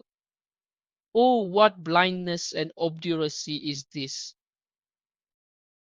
These two instances of Chinese literature hardly strengthen the usual charge of irreligion and total materialism brought against the nation. The first little mystical story is full of spiritual charm and would grace any Christian religious book. The second is as worthy of praise, and we have but to replace Amita with Jesus to have a highly orthodox tale, as regards religious sentiments and code of philosophical morality. The following instance is still more striking, and we quote it for the benefit of Christian revivalists. Huang Tatie of Tanqian, who lived under the Seng, followed the craft of a blacksmith. Whenever he was at his work, he used to call, without intermission, on the name of Amita Buddha. One day he handed to his neighbors the following verses of his own composition to be spread about. Ding dong, the hammer strokes fall long and fast, until the iron turns to steel at last. Now shall the long, long day of rest begin. The land of bliss eternal calls me in. Thereupon he died. but his verses spread all over Honan, and many learned to call upon Buddha. To deny to the Chinese or any people of Asia, whether central, upper, or lower, the possession of any knowledge or even perception of spiritual things is perfectly ridiculous. From one end to the other, the country is full of mystics, religious philosophers, Buddhist saints and magicians. Belief in a spiritual world full of invisible beings who, on certain occasions, appear to mortals objectively is universal. According to the belief of the nations of Central Asia, remarks I.J. Schmidt, the earth and its interior, as well as the encompassing atmosphere, are filled with spiritual beings which exercise an influence partly beneficent, partly malignant, on the whole of organic and inorganic nature. Especially are deserts and other wild or uninhabited tracts, or regions in which the influences of nature are displayed on a gigantic and terrible scale, regarded as the chief abode or rendezvous of evil spirits, and hence the steppes of Tehran, and in particular the great sandy desert of Gobi, have been looked on as the dwelling place of malignant beings from days of hoary antiquity. Marco Polo, as a matter of course, mentions more than once in his curious book of travels these tricky nature spirits of the deserts. For centuries, and especially in the last one, had his strange stories been completely rejected. No one would believe him when he said he had witnessed time and again, with his own eyes, the most wonderful feats of magic performed by the subjects of Kublai Khan and adepts of other countries.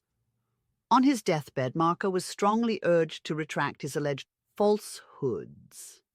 But he solemnly swore to the truth of what he said, adding that he had not told one half of what he had really seen. There is now no doubt that he spoke the truth, since Marsden's edition and that of Colonel Yule have appeared. The public is especially beholden to the latter for bringing forward so many authorities corroborative of Marco's testimony and explaining some of the phenomena in the usual way, for he makes it plain beyond question that the great traveller was not only a veracious but an exceedingly observant writer. Warmly defending his author, the conscientious editor, after enumerating more than one hitherto controverted and even rejected point in the Venetian's travels, concludes by saying, Nay, the last 2 years have thrown a promise of light, even on what seemed the wildest of Marco's stories, and the bones of a veritable rook from New Zealand lie on the table of Professor Owen's cabinet. The monstrous bird of the Arabian Nights, or Arabian mythology, as Webster calls the rook, or roc, having been identified, the next thing in order is to discover and recognize that Aladdin's magical lamp has also certain claims to reality. Describing his passage through the great desert of Lop, Marco Polo speaks of a marvelous thing, which is that when travelers are on the move by night, they will hear spirits talking. Sometimes the spirits will call him by name. Even in the daytime, one hears these spirits talking. And sometimes you shall hear the sound of a variety of musical instruments, and still more commonly the sound of drums. In his notes, the translator quotes the Chinese historian, Matuanlin, who corroborates the same. During the passage of this wilderness, you hear sounds, says Matuanlin. Sometimes of singing, sometimes of wailing. And it has often happened that travellers going aside to see what those sounds might be have strayed from their course and been entirely lost, for they were voices of spirits and goblins. These goblins are not peculiar to the Gobi, adds the editor, though that appears to have been their most favoured haunt. The awe of the vast and solitary desert raises them in all similar localities. Colonel Yule would have done well to consider the possibility of serious consequences arising from the acceptance of his theory. If we admit that the weird cries of the Gobi are due to the awe inspired by the vast and solitary desert, why should the goblins of the Gadarenes, Luke 8:29, be entitled to any better consideration, and why may not Jesus have been self-deceived as to his objective tempter during the 40 days' trial in the wilderness? We are quite ready to receive or reject the theory enunciated by Colonel Yule, but shall insist upon its impartial application to all cases. Pliny speaks of the phantoms that appear and vanish in the deserts of Africa. Ethicus, the early Christian cosmographer, mentions, though incredulous, the stories that were told of the voices of singers and revellers in the desert, and Mas'udi tells of the ghouls, which in the deserts appear to travellers by night and in lonely hours, and also of Apollonius of Tyana and his companions, who, in a desert near the Indus by moonlight, saw an empusa or ghoul taking many forms. They revile it, and it goes off uttering shrill cries. And Ibn Battuta relates a like legend of the Western Sahara. If the messenger be solitary, the demons sport with him, and fascinate him, so that he strays from his course and perishes. Now, if all these matters are capable of a rational explanation, and we do not doubt it as regards most of these cases, then the Bible devils of the wilderness deserve no more consideration, but should have the same rule applied to them. They too are creatures of terror, imagination, and superstition. Hence, the narratives of the Bible must be false. And if one single verse is false, then a cloud is thrown upon the title of all the rest to be considered divine revelation. Once admit this, and this collection of canonical documents is at least as amenable to criticism as any other book of stories. There are many spots in the world where the strangest phenomena have resulted from what was later ascertained to be natural, physical causes. In Southern California, there are certain places on the seashore where the sand, when disturbed, produces a loud musical ring. It is known as the musical sand, and the phenomenon is supposed to be of an electrical nature. The sound of musical instruments, chiefly of drums, is a phenomenon of another class and is really produced in certain situations among sand hills when the sand is disturbed, says the editor of Marco Polo. A very striking account of a phenomenon of this kind regarded as supernatural is given by Friar Odoric, whose experience I have traced to the Regruan of flowing sand north of Kabul.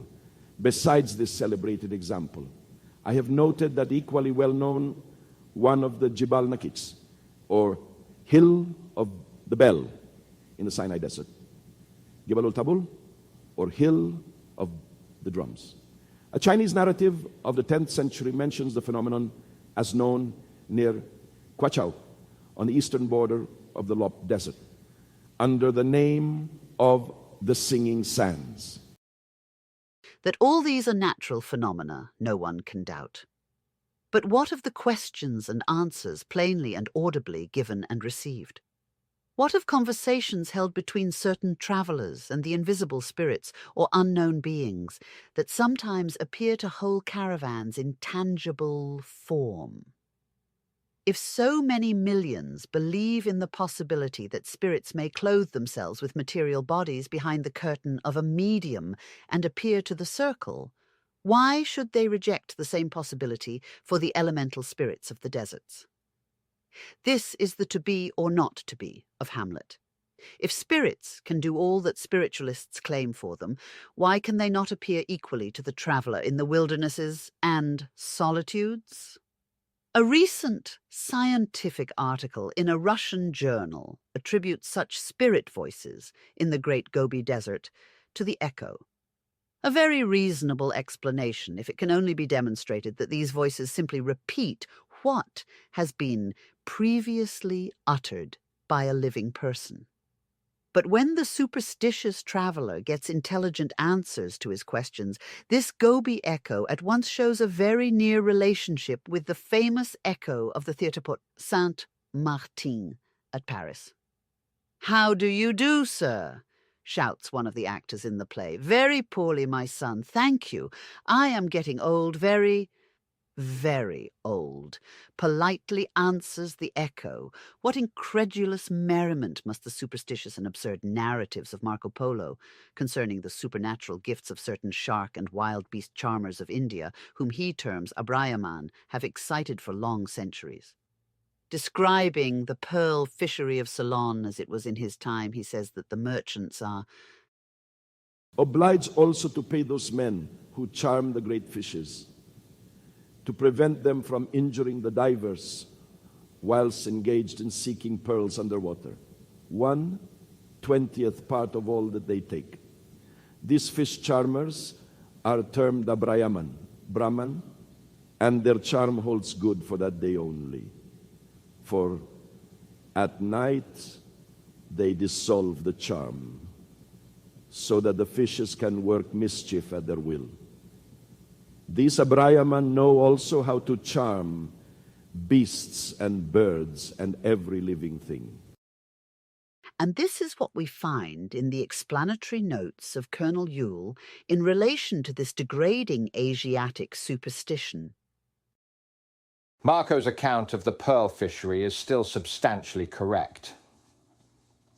At the diamond mines of the northern Sirkars, Brahmins are employed in the analogous office of propitiating the tutelary genii. The shark charmers are called in Tamil Kadalkati, sea binders, and in Hindustani, Haibanda, or shark binders. At Aripo, they belong to one family, supposed to have the monopoly of the charm. The chief operator is, or was, not many years ago, paid by the government, and he also received 10 oysters from each boat daily during the fishery. Tennant, on his visit, found the incumbent of the office to be a Roman Catholic Christian, but that did not seem to affect the exercise of the validity of his functions. It is remarkable that not more than one authenticated accident from sharks had taken place during the whole period of the British occupation. Two items of fact in the above paragraph are worthy of being placed in juxtaposition. 1. The British authorities pay professional shark charmers a stipend to exercise their art. And 2. Only one life has been lost since the execution of the contract. We have yet to learn whether the loss of this one life did not occur under the Roman Catholic sorcerer. Is it pretended that the salary is paid as a concession to a degrading native superstition? Very well, but how about the sharks? Are they receiving salaries also from the British authorities out of the Secret Service Fund? Every person who has visited Ceylon must know that the waters of the Pearl Coast swarm with sharks of the most voracious kind, and that it is even dangerous to bathe, let alone to dive for oysters. We might go further if we chose, and give the names of British officials of the highest rank in the Indian service, who, after resorting to native magicians and sorcerers, to assist them in recovering things lost, or in unravelling vexatious mysteries of one kind or another, and being successful, and at the time secretly expressing their gratitude, have gone away and shown their innate cowardice before the world's Areopagus, by publicly denying the truth of magic and leading the jest against Hindu superstition. Not many years ago, one of the worst of superstitions scientists held to be that of believing that the murderer's portrait remained impressed on the eye of the murdered person, and that the former could be easily recognized by examining carefully the retina. The superstition asserted that the likeness could be made still more striking by subjecting the murdered man to certain old women's fumigations and the like gossip. And now an American newspaper of March 26, 1877 says, A number of years ago, attention was attracted to a theory which insisted that the last effort of vision materialized itself and remained as an object imprinted on the retina of the eye after death. This has been proved a fact by an experiment tried in the presence of Dr. Gamgee, F.R.S., of Birmingham, England, and Professor Bunsen, the subject being a living rabbit. The means taken to prove the merits of the question were most simple, the eyes being placed near an opening in a shutter, and retaining the shape of the same after the animal had been deprived of life. If, from the regions of idolatry, ignorance, and superstition, as India is termed by some missionaries, we turn to the so-called center of civilization, Paris, we find the same principles of magic exemplified there under the name of occult spiritualism. The Honorable John L. O. Sullivan, ex-minister plenipotentiary of the United States to Portugal, has kindly furnished us with the strange particulars of a semi-magical séance which he recently attended with several other eminent men at Paris. Having his permission to that effect, we print his letter in full. New York, February 7, 1877. I cheerfully obey your request for a written statement of what I related to you orally, as having been witnessed by me in Paris last summer, at the house of a highly respectable physician, whose name I have no authority to use, but whom, after the usual French fashion of anonymizing, I will call Dr. X. I was introduced there by an English friend, well known in the spiritualist circles in London, Mr. Gledstanes. Some 8 or 10 other visitors were present, of both sexes. We were seated in fauteuils, occupying half of a long drawing room, flush with the spacious garden. In the other half of the room was a grand piano, a considerable open space between it and us, and a couple of fauteuils in that space, evidently placed there to be occupied by other sitters. A door near them opened into the private apartments. Dr. X came in and discoursed to us for about 20 minutes with rapid and vehement French eloquence, which I could not undertake to report. He had for over 25 years investigated occult mysteries, of which he was about to exhibit some phenomena.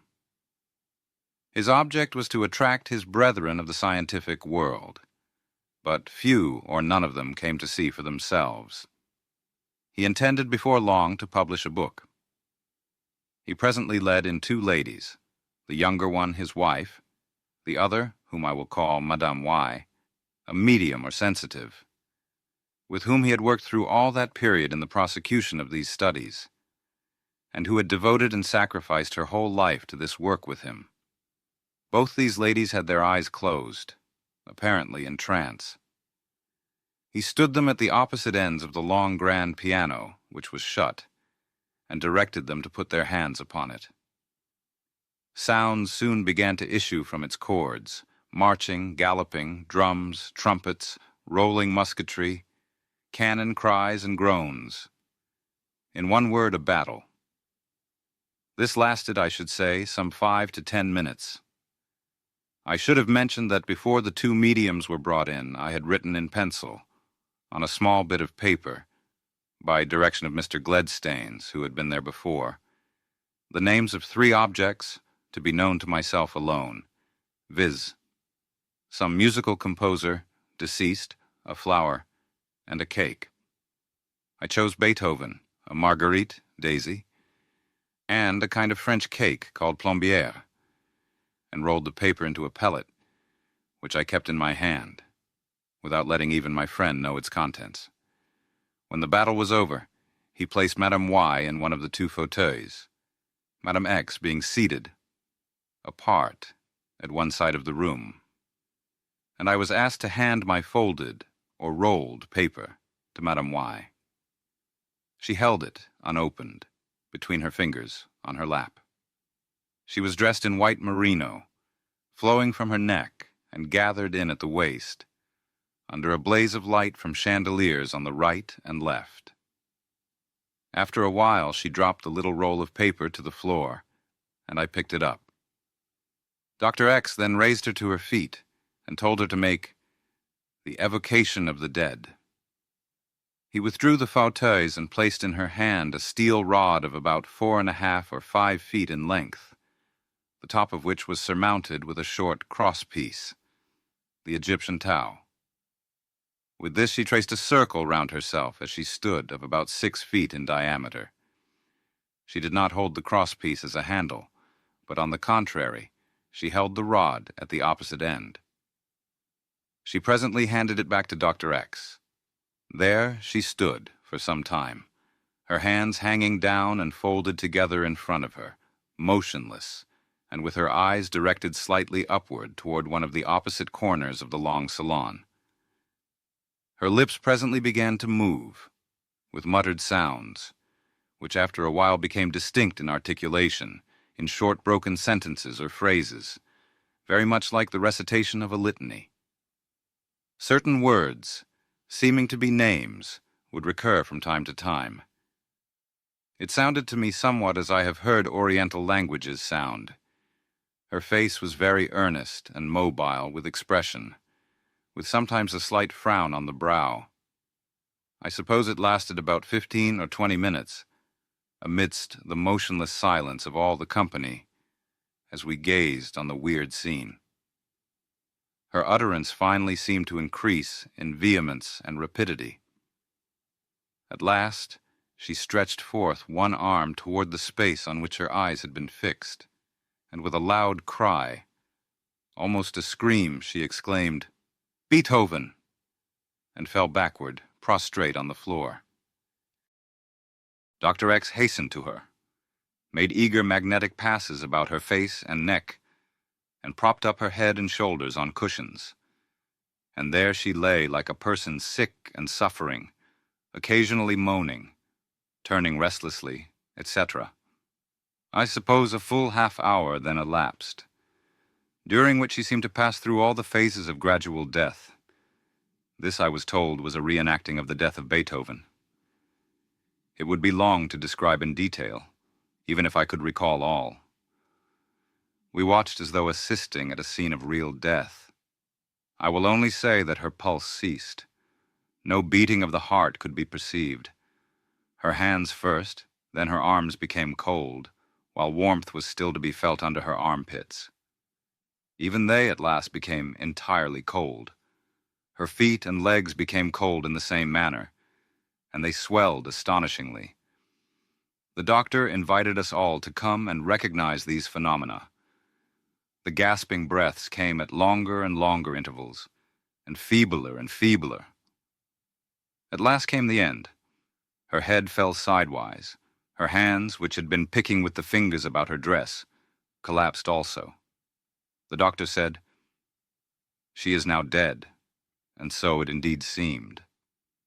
In vehement haste he produced, I did not see from where, 2 small snakes, which he seemed to huddle about her neck and down into her bosom, making also eager transverse passes about her head and neck. After a while she appeared to revive slowly, and finally the doctor and a couple of men servants lifted her up and carried her off into the private apartments, from which he soon returned. He told us that this was all very critical, but perfectly safe, but that no time was to be lost, for otherwise the death, which he said was real, would be permanent. I need not say how ghastly the effect of this whole scene had been on all the spectators. Nor need I remind you that this was no trickery of a performer paid to astonish.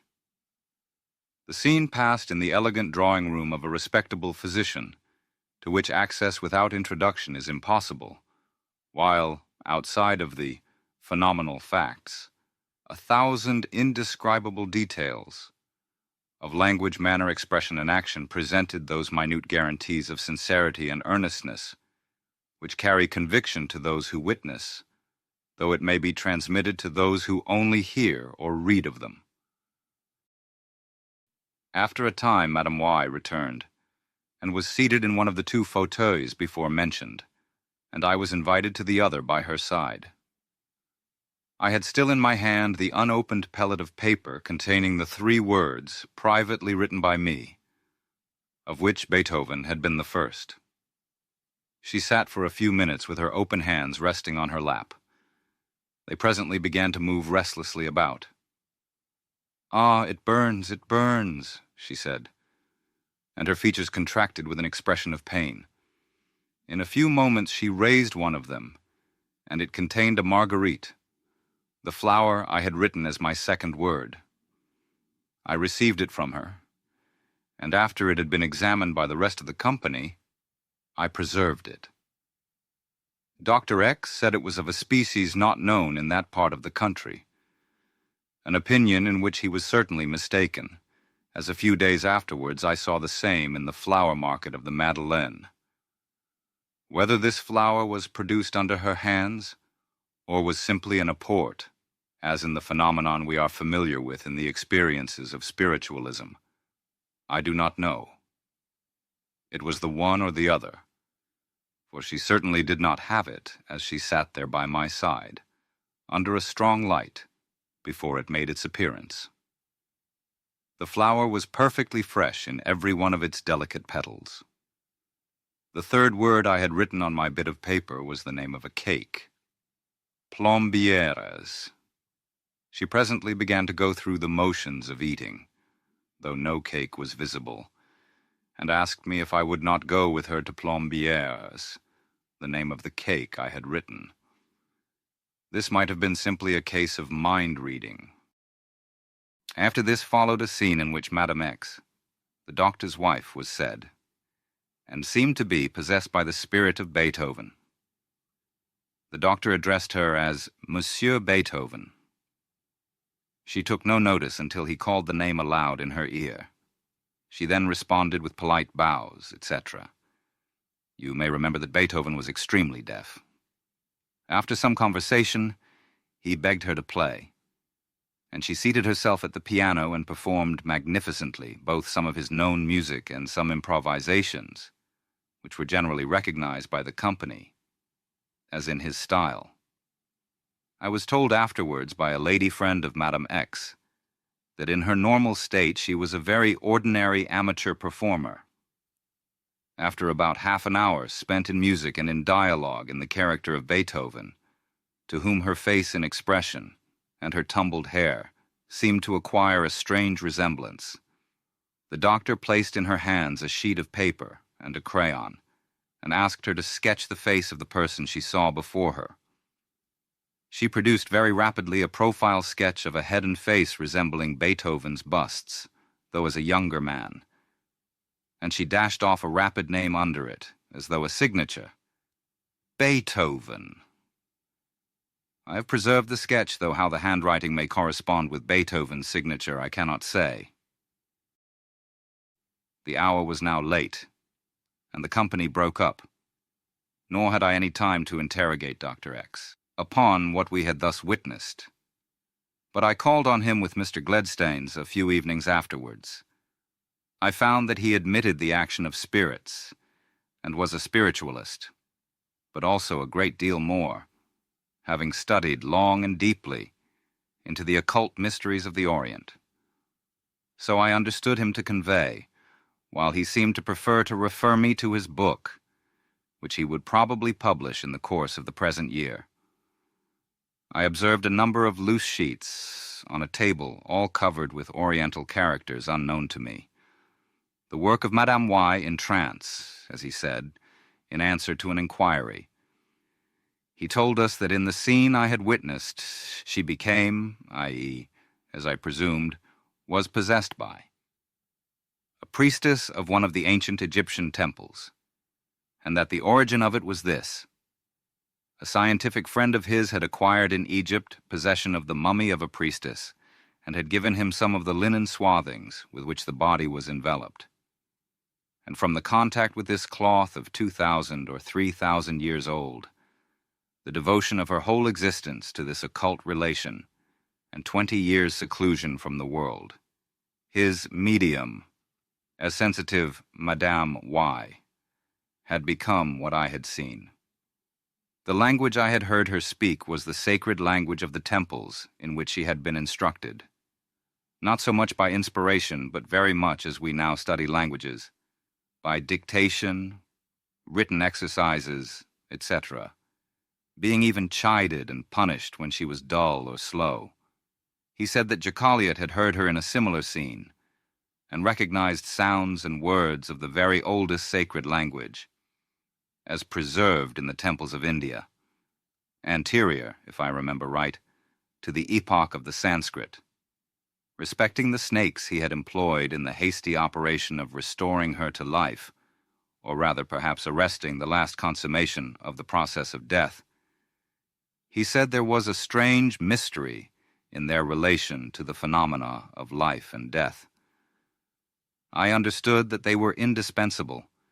Silence and inaction on our part were also insisted upon throughout, and any attempt at questioning him at the time was peremptorily, almost angrily, suppressed.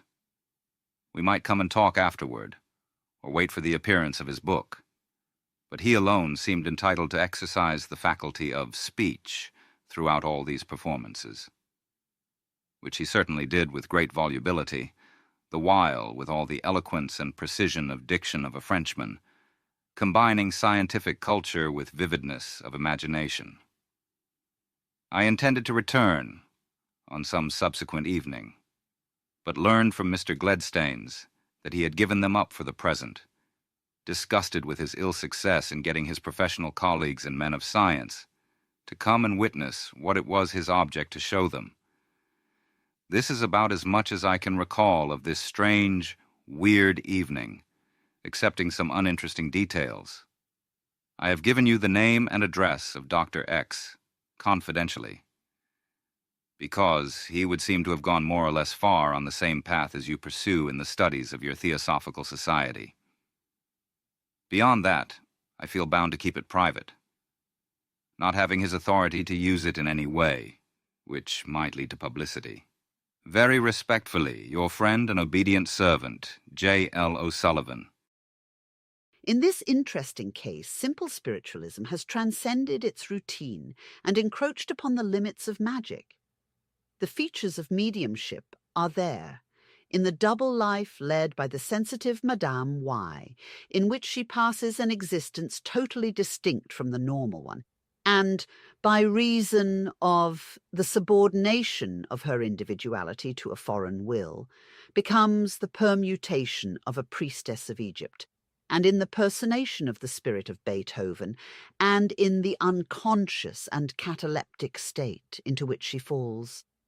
On the other hand, the willpower exercised by Dr. X upon his sensitive, the tracing of the mystic circle, the evocations, the materialization of the desired flower, the seclusion and education of Madame Y, the employment of the wand and its form, the creation and use of the serpents, the evident control of the astral forces, all these pertain to magic. Such experiments are of interest and value to science, but liable to abuse in the hands of a less conscientious practitioner than the eminent gentleman designated as Dr. X. A true Oriental Kabbalist would not recommend their duplication. Spheres unknown below our feet, spheres still more unknown, and still more unexplored above us. Between the two, a handful of moles, blind to God's great light and deaf to the whispers of the invisible world, boasting that they lead mankind. Where? Onward, they claim. But we have a right to doubt it. The greatest of our physiologists, when placed side by side with a Hindu fakir who knows neither how to read nor write, will very soon find himself feeling as foolish as a schoolboy who has neglected to learn his lesson. It is not by vivisecting living animals that a physiologist will assure himself of the existence of man's soul, nor on the blade of the knife can he extract it from a human body. "What sane man?" inquires Sergeant Cox, the president of the London Psychological Society. What sane man who knows nothing of magnetism or physiology, who had never witnessed an experiment nor learned its principles, would proclaim himself a fool by denying its facts and denouncing its theory? The truthful answer to this would be, 2/3 of our modern-day scientists. The impertinence, if truth can ever be impertinent, must be laid at the door of him who uttered it. A scientist of the number of those few who are brave and honest enough to utter wholesome truths, however disagreeable. And there is no mistaking the real meaning of the imputation, for immediately after the irreverent inquiry, the learned lecturer remarks as pointedly, The chemist takes his electricity from the electrician. The physiologist looks to the geologist for his geology. Each would deem it an impertinence in the other if he were to pronounce judgment in the branch of knowledge not his own. Strange it is, but true as strange, that this rational rule is wholly set at naught in the treatment of psychology. Physical scientists deem themselves competent to pronounce a dogmatic judgment upon psychology and all that appertains to it, without having witnessed any of its phenomena, and in entire ignorance of its principles and practice. We sincerely hope that the two eminent biologists, Mr. Mendeleev of St. Petersburg and Mr. Ray Lankester of London fame, will bear themselves under the above as unflinchingly as their living victims do when palpitating under their dissecting knives. For a belief to have become universal, it must have been founded on an immense accumulation of facts, tending to strengthen it from one generation to another. At the head of all such beliefs stands magic, or if one would prefer, occult psychology. Who, of those who appreciate its tremendous powers, even from its feeble, half-paralyzed effects in our civilized countries, would dare disbelieve in our days the assertions of Porphyry and Proclus, that even in inanimate objects, such as statues of gods, could be made to move and exhibit a factitious life for a few moments? Who can deny the allegation? Is it those who testify daily over their own signatures that they have seen tables and chairs move and walk and pencils write without contact? Diogenes Laertius tells us of a certain philosopher, Stilpo, who was exiled from Athens by the Areopagus for having dared to deny publicly that the Minerva of Phidias was anything else than a block of marble. But our own age, after having mimicked the ancients in everything possible, even to their very names, such as senates, prefects, and consuls, etc., and after admitting that Napoleon the Great conquered 3/4 of Europe by applying the principles of war taught by the Caesars and the Alexanders, knows so much better than its preceptors about psychology that it would vote every believer in animated tables into Bedlam. Be this as it may, the religion of the ancients is the religion of the future.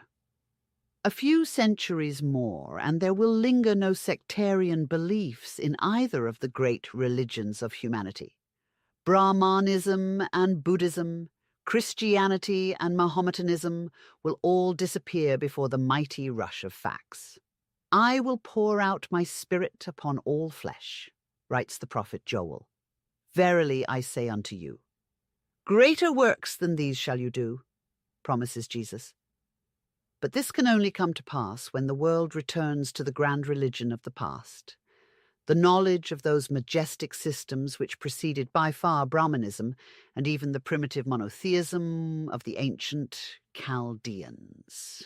Meanwhile, we must remember the direct effects of the revealed mystery, the only means by which the wise priests of old could impress upon the grosser senses of the multitudes the idea of the omnipotency of the creative will or first cause, namely the divine animation of inert matter, the soul infused into it by the potential will of man, the microcosmic image of the great architect, and the transposition of ponderous objects through space and material obstacles. Why should the pious Roman Catholic turn away in disgust at the heathen practices of the Hindu Tamil, for instance? We have witnessed the miracle of San Gennaro in good old Naples, and we have seen the same in Nagarcoil in India. Where is the difference? The coagulated blood of the Catholic saint is made to boil and fume in its crystal bottle to the gratification of the Lazzaroni, and from its jewelled shrine The martyr's idol beams radiant smiles and blessings at the Christian congregation. On the other hand, a ball of clay filled with water is stuffed into the open breast of the god Suran, and while the padre shakes his bottle and produces his miracle of blood, the Hindu priest plunges an arrow into the god's breast and produces his miracle, for the blood gushes forth in streams, and the water is changed into blood. Both Christians and Hindus fall in raptures at the sight of such a miracle. So far, we do not see the slightest difference. But can it be that the pagan learned the trick from San Gennaro? No, O Asclepius, says Hermes, that as the highest one is the father of the celestial gods, so is man the artisan of the gods who reside in the temples and who delight in the society of mortals. Faithful to its origin and nature, humanity perseveres in this imitation of the divine powers, and, if the Father Creator has made in his image the eternal gods, mankind in its turn makes its gods in its own image. And dost thou speak of statues of gods, O Trismegistus? Verily I do, Asclepius, and however great thy defiance, perceivest thou not that these statues are endowed with reason, that they are animated with a soul, and that they can operate the greatest prodigies? How can we reject the evidence when we find these gods possessing the gift of predicting the future, which they are compelled to tell, when forced to it by magic spells, as through the lips of the divines and their visions? It is the marvel of marvels that man could have invented and created gods.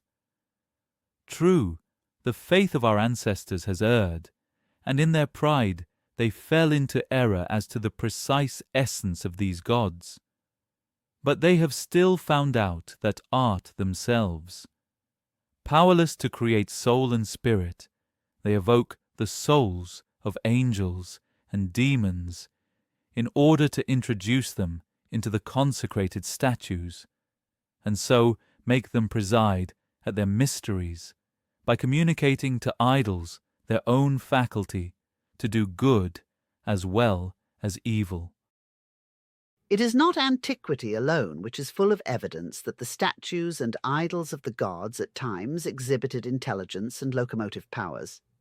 Full in the 19th century, we see the papers recording the capers played by the statue of the Madonna of Lourdes. This gracious lady, the French Notre Dame, runs away several times to the woods adjoining her usual residence, the parish church. The sexton is obliged to hunt after the runaway and bring her home more than once. After this begins a series of miracles, healing, prophesying, letter dropping from on high, and what not. These miracles are implicitly accepted by millions and millions of Roman Catholics, numbers of these belonging to the most intelligent and educated classes. Why, then, should we disbelieve in testimony of precisely the same character, given as to contemporary phenomena of the same kind, by the most accredited and esteemed historians, by Titus Livy, for instance? Juno, would you please abandon the walls of Veii and change this abode for that of Rome? Inquires of the goddess a Roman soldier after the conquest of that city. Juno consents, and nodding her head in token of acquiescence, her statue answers, "Yes, I will." Furthermore, upon their carrying off the figure, it seems to instantly lose its immense weight, adds the historian, and the statue seems rather to follow them than otherwise. With naivete and a faith bordering on the sublime, De Musso bravely rushes into the dangerous parallels and gives a number of instances of Christian as well as heathen miracles of that kind. He prints a list of such walking statues of saints and Madonnas who lose their weight and move about as so many living men and women, and presents unimpeachable evidence of the same from classical authors who described their miracles. He has but one thought, one anxious and all-overpowering desire, to prove to his readers that magic does exist and that Christianity beats it flat. Not that the miracles of the latter are either more numerous or more extraordinary or suggestive than those of the pagans. Not at all, and he is a fair historian as to facts and evidence, but it is his arguments and reflections that are priceless. One kind of miracle is produced by God, the other by the devil. He drags down the deity and, placing him face to face with Satan, allows the arch-enemy to beat the Creator by long odds. Not a word of solid, evident proof to show the substantial difference between the two kinds of wonders. Would we inquire the reason why he traces in one the hand of God and in the other the horn and hoof of the devil? Listen to the answer. The Holy Roman Catholic and Apostolical Church declares the miracles wrought by her faithful sons, produced by the will of God, and all others the work of the spirits of hell. Very well, but on what ground? We are shown an endless list of holy writers, of saints who fought during their whole lives with the fiends, and of fathers whose word and authority are accepted as word of God by the same church.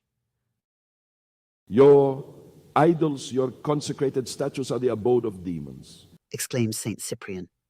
Yes, it is these spirits who inspire your divines, who animate the bowels of your victims, who govern the flight of birds, and who, mixing incessantly falsehood with truth, render oracles and operate prodigies, their object being to bring you invincibly to their worship.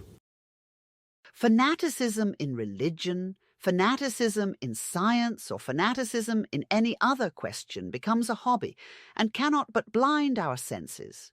It will ever be useless to argue with a fanatic. And here we cannot help admiring once more the profound knowledge of human nature which dictated to Mr. Sergeant Cox the following words, delivered in the same address as before alluded to. There is no more fatal fallacy than that the truth will prevail by its own force, that it has only to be seen to be embraced. In fact, the desire for the actual truth exists in very few minds, and the capacity to discern it in fewer still. When men say that they are seeking the truth, they mean that they are looking for evidence to support some prejudice or prepossession. Their beliefs are moulded to their wishes. They see all, and more than all. That seems to tell for that which they desire. They are blind as bats to whatever tells against them. The scientists are no more exempt from this common failing than are others. We know that from the remotest ages there has existed a mysterious, awful science under the name of theopoeia. This science taught the art of endowing the various symbols of gods with temporary life and intelligence. Statues and blocks of inert matter became animated under the potent will of the Hierophant. The fire stolen by Prometheus had fallen down in the struggle to earth. It embraced the lower regions of the sky and settled in the waves of the universal ether as the potent akasa of the Hindu rites. We breathe and imbibe it into our organic system with every mouthful of fresh air. Our organism is full of it from the instant of our birth, but it becomes potent only under the influx of will and spirit.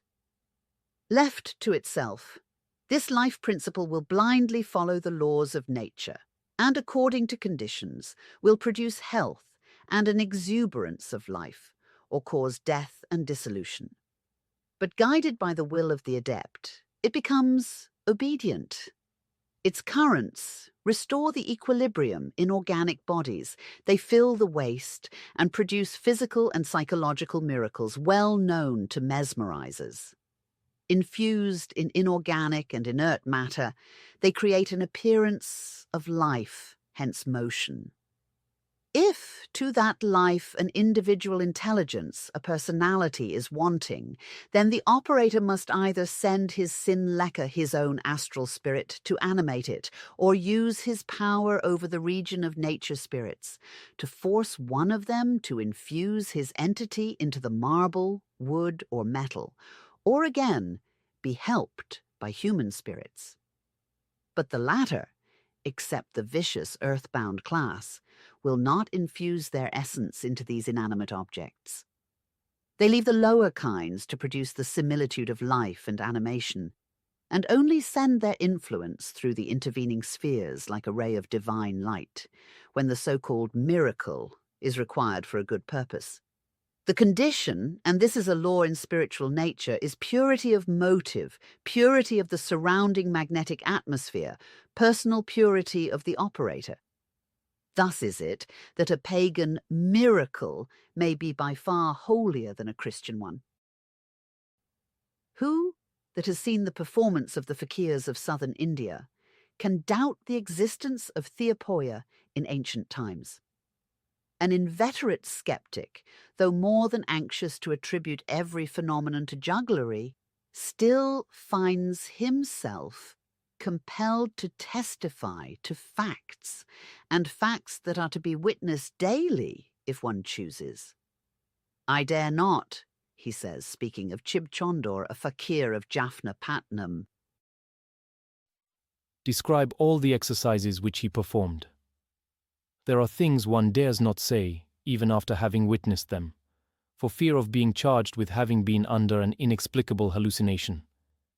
And yet, 10, nay, 20 times, I saw and saw again the fakir obtain similar results over inert matter.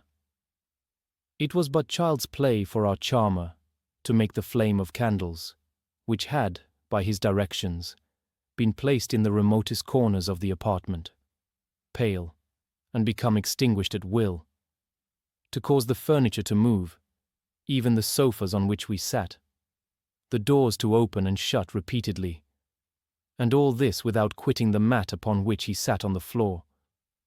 Perhaps I will be told that I saw imperfectly. Possibly. But I will say that hundreds and thousands of persons have seen and do see what I have, and things more wonderful. Has one of all these discovered the secret, or been able to duplicate these phenomena? And I can never repeat, too often, that all this does not occur on a stage, supplied with mechanical contrivances for the use of the operator.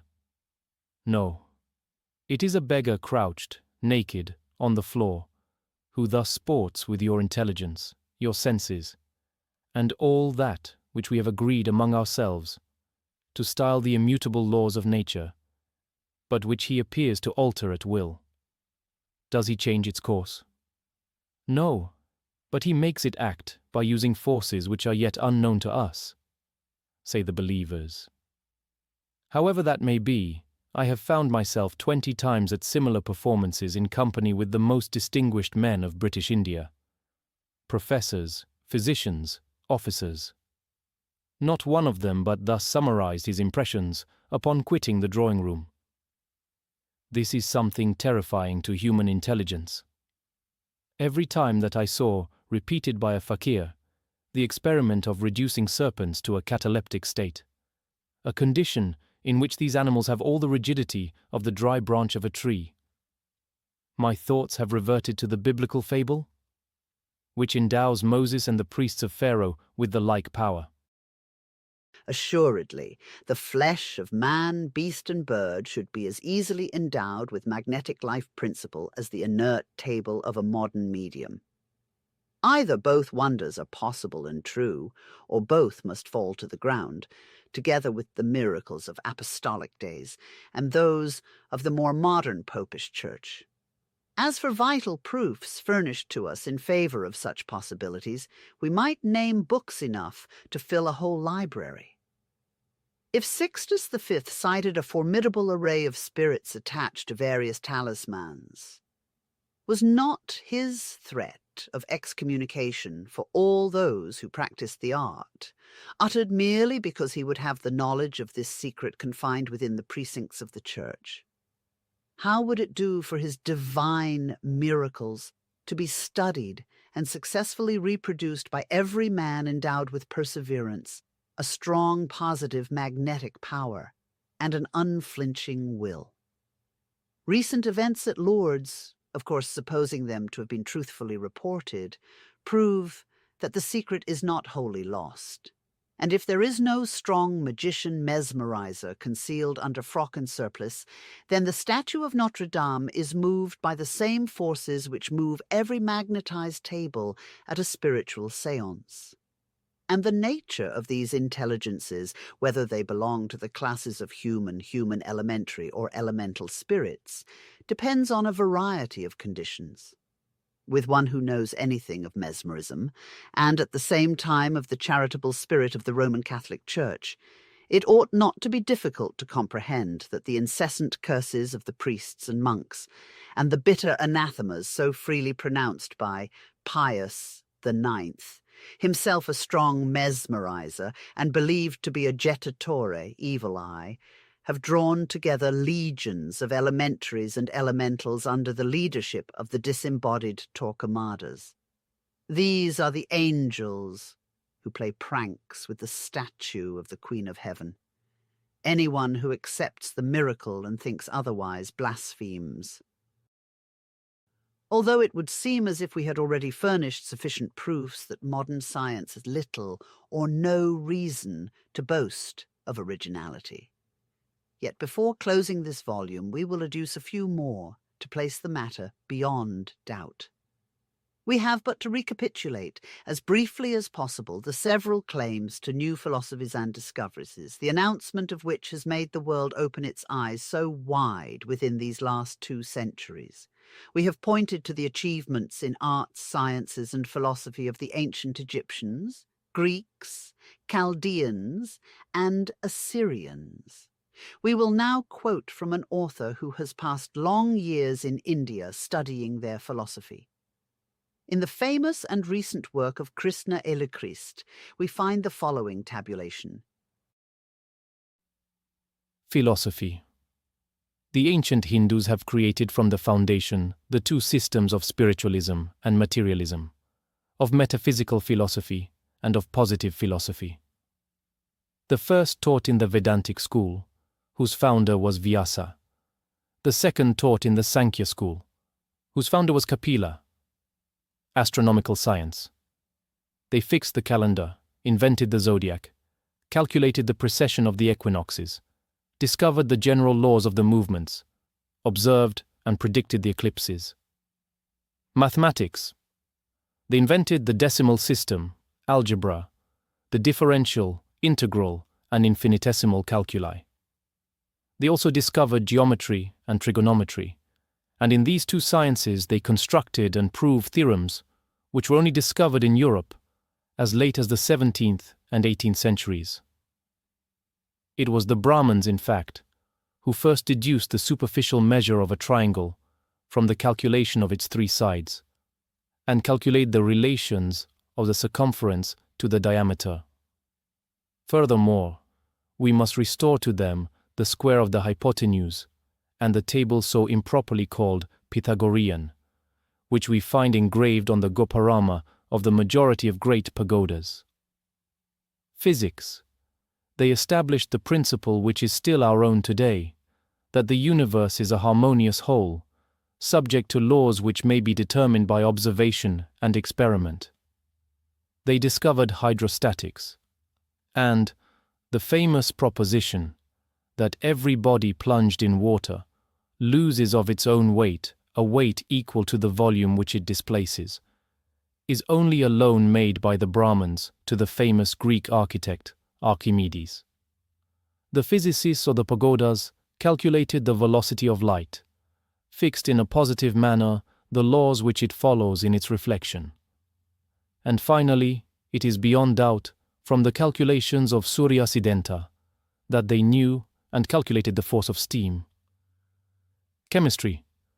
They knew the composition of water and formulated for gases the famous law, which we know only from yesterday, that the volumes of gas are in inverse ratio to the pressures that they support. They knew how to prepare sulfuric, nitric, and muriatic acids, the oxides of copper, iron, lead, tin, and zinc, the sulfurets of iron, copper, mercury, antimony, and arsenic, the sulfates of zinc and iron, the carbonates of iron, lead, and soda, nitrate of silver, and powder. Medicine. Their knowledge was truly astonishing. In Charaka and Susruta, the two princes of Hindu medicine, is laid down the system which Hippocrates appropriated later. Susruta, notably, enunciates the principles of preventive medicine, or hygiene, which he places much above curative medicine. Too often, according to him, empirical. Are we more advanced today? It is not without interest to remark that the Arab physicians, who enjoyed a merited celebrity in the Middle Ages, Averroes among others, constantly spoke of the Hindu physicians and regarded them as the initiators of the Greeks and themselves. Pharmacology. They knew all the simples, their properties, their use, and upon this point have not yet ceased to give lessons to Europe. Quite recently, we have received from them the treatment of asthma, with the datura. Surgery.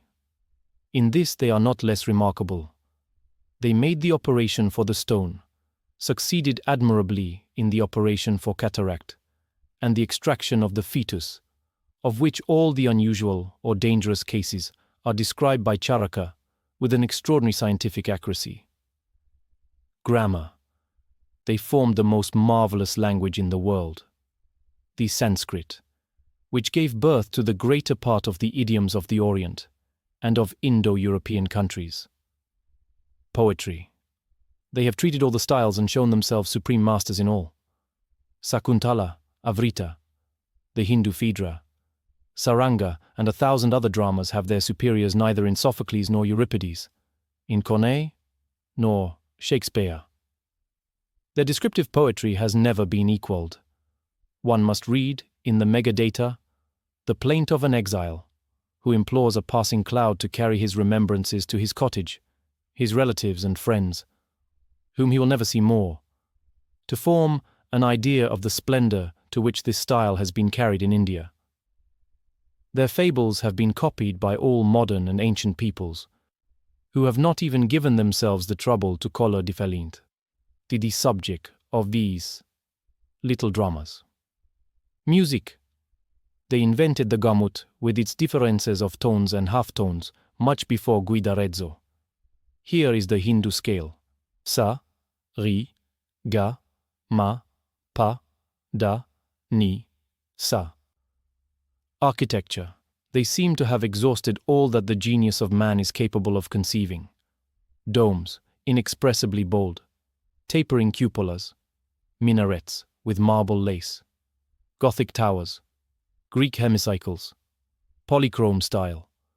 All kinds and all epochs are there, betokening the origin and date of the different colonies, which, in emigrating, carried with them their souvenirs of their native art. Such were the results attained by this ancient and imposing Brahmanical civilization. What have we to offer for comparison? Besides such majestic achievements of the past, what can we place that will seem so grandiose and sublime as to warrant our boast of superiority over an ignorant ancestry? Beside the discoverers of geometry and algebra, the constructors of human speech, the parents of philosophy, the primal expounders of religion, the adepts in psychological and physical science, how even and the greatest of our biologists and theologians seem dwarfed. Name to us any modern discovery, and we venture to say that Indian history need not long be searched before the prototype will be found of record. Here we are with the transit of science half accomplished, and all our ideas in process of readjustment to the theories of force correlation, natural selection, atomic polarity, and evolution. and here, to mock our conceit, our apprehensions, and our despair, we may read what Manu said, perhaps 10,000 years before the birth of Christ. The first germ of life was developed by water and heat. Manu, Book 1, Shloka 8.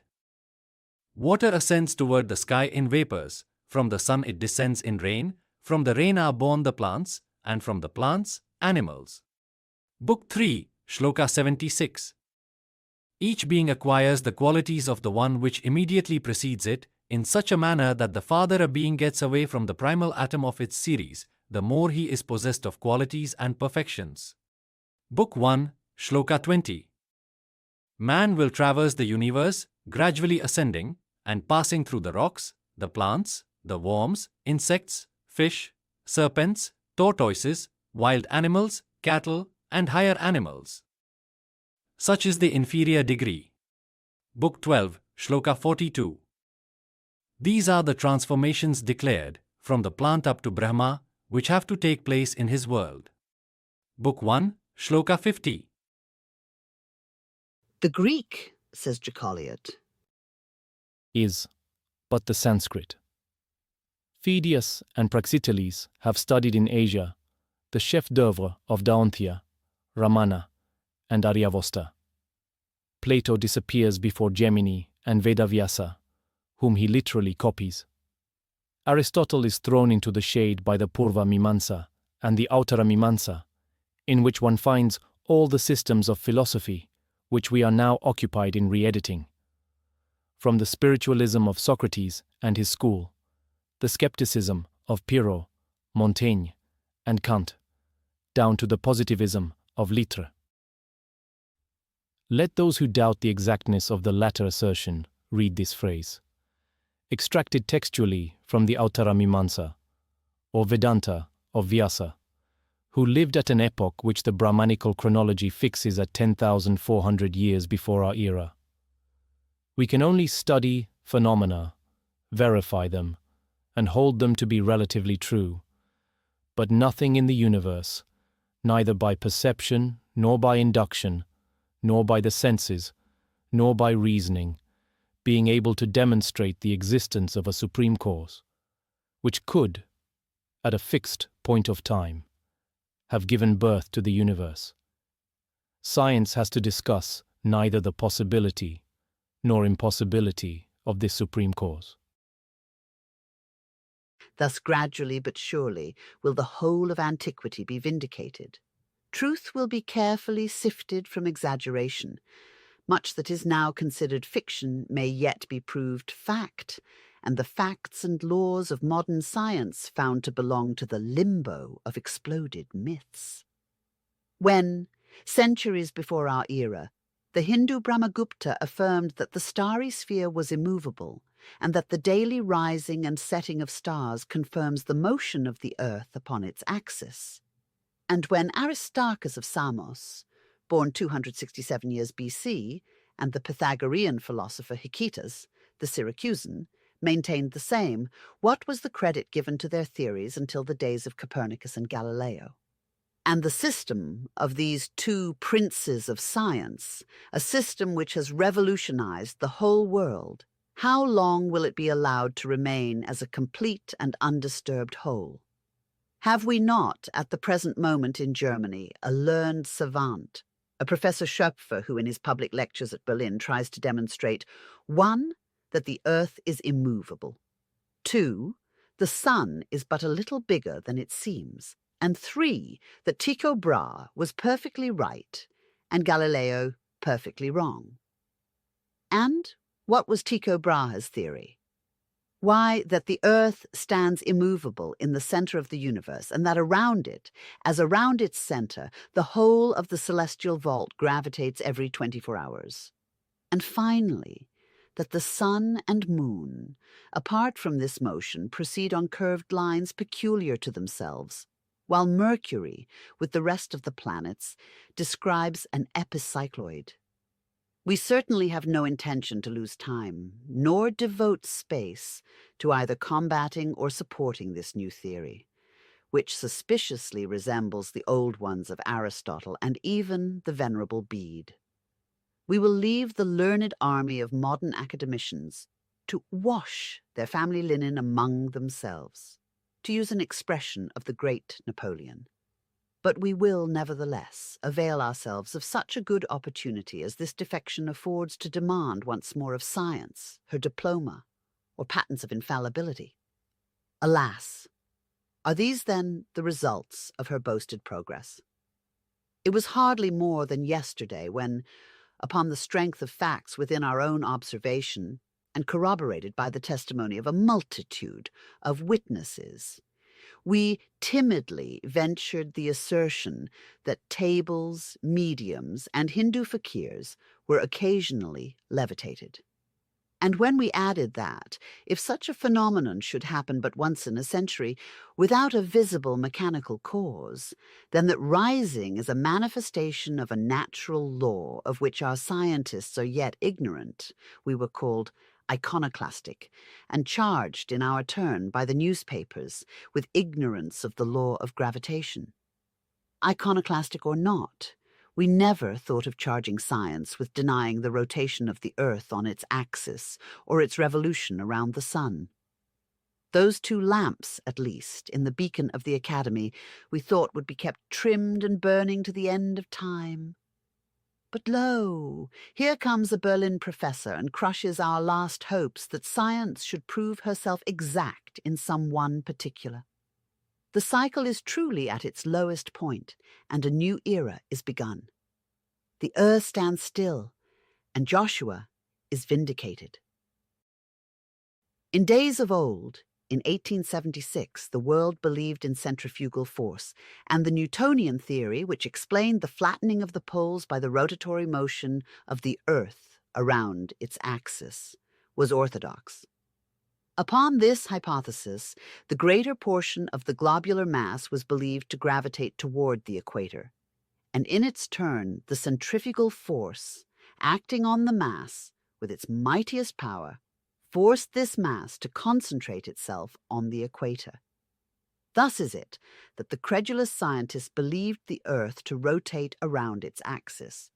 For were it otherwise, there would exist no centrifugal force, and without this force, there could be no gravitation toward the equatorial latitudes.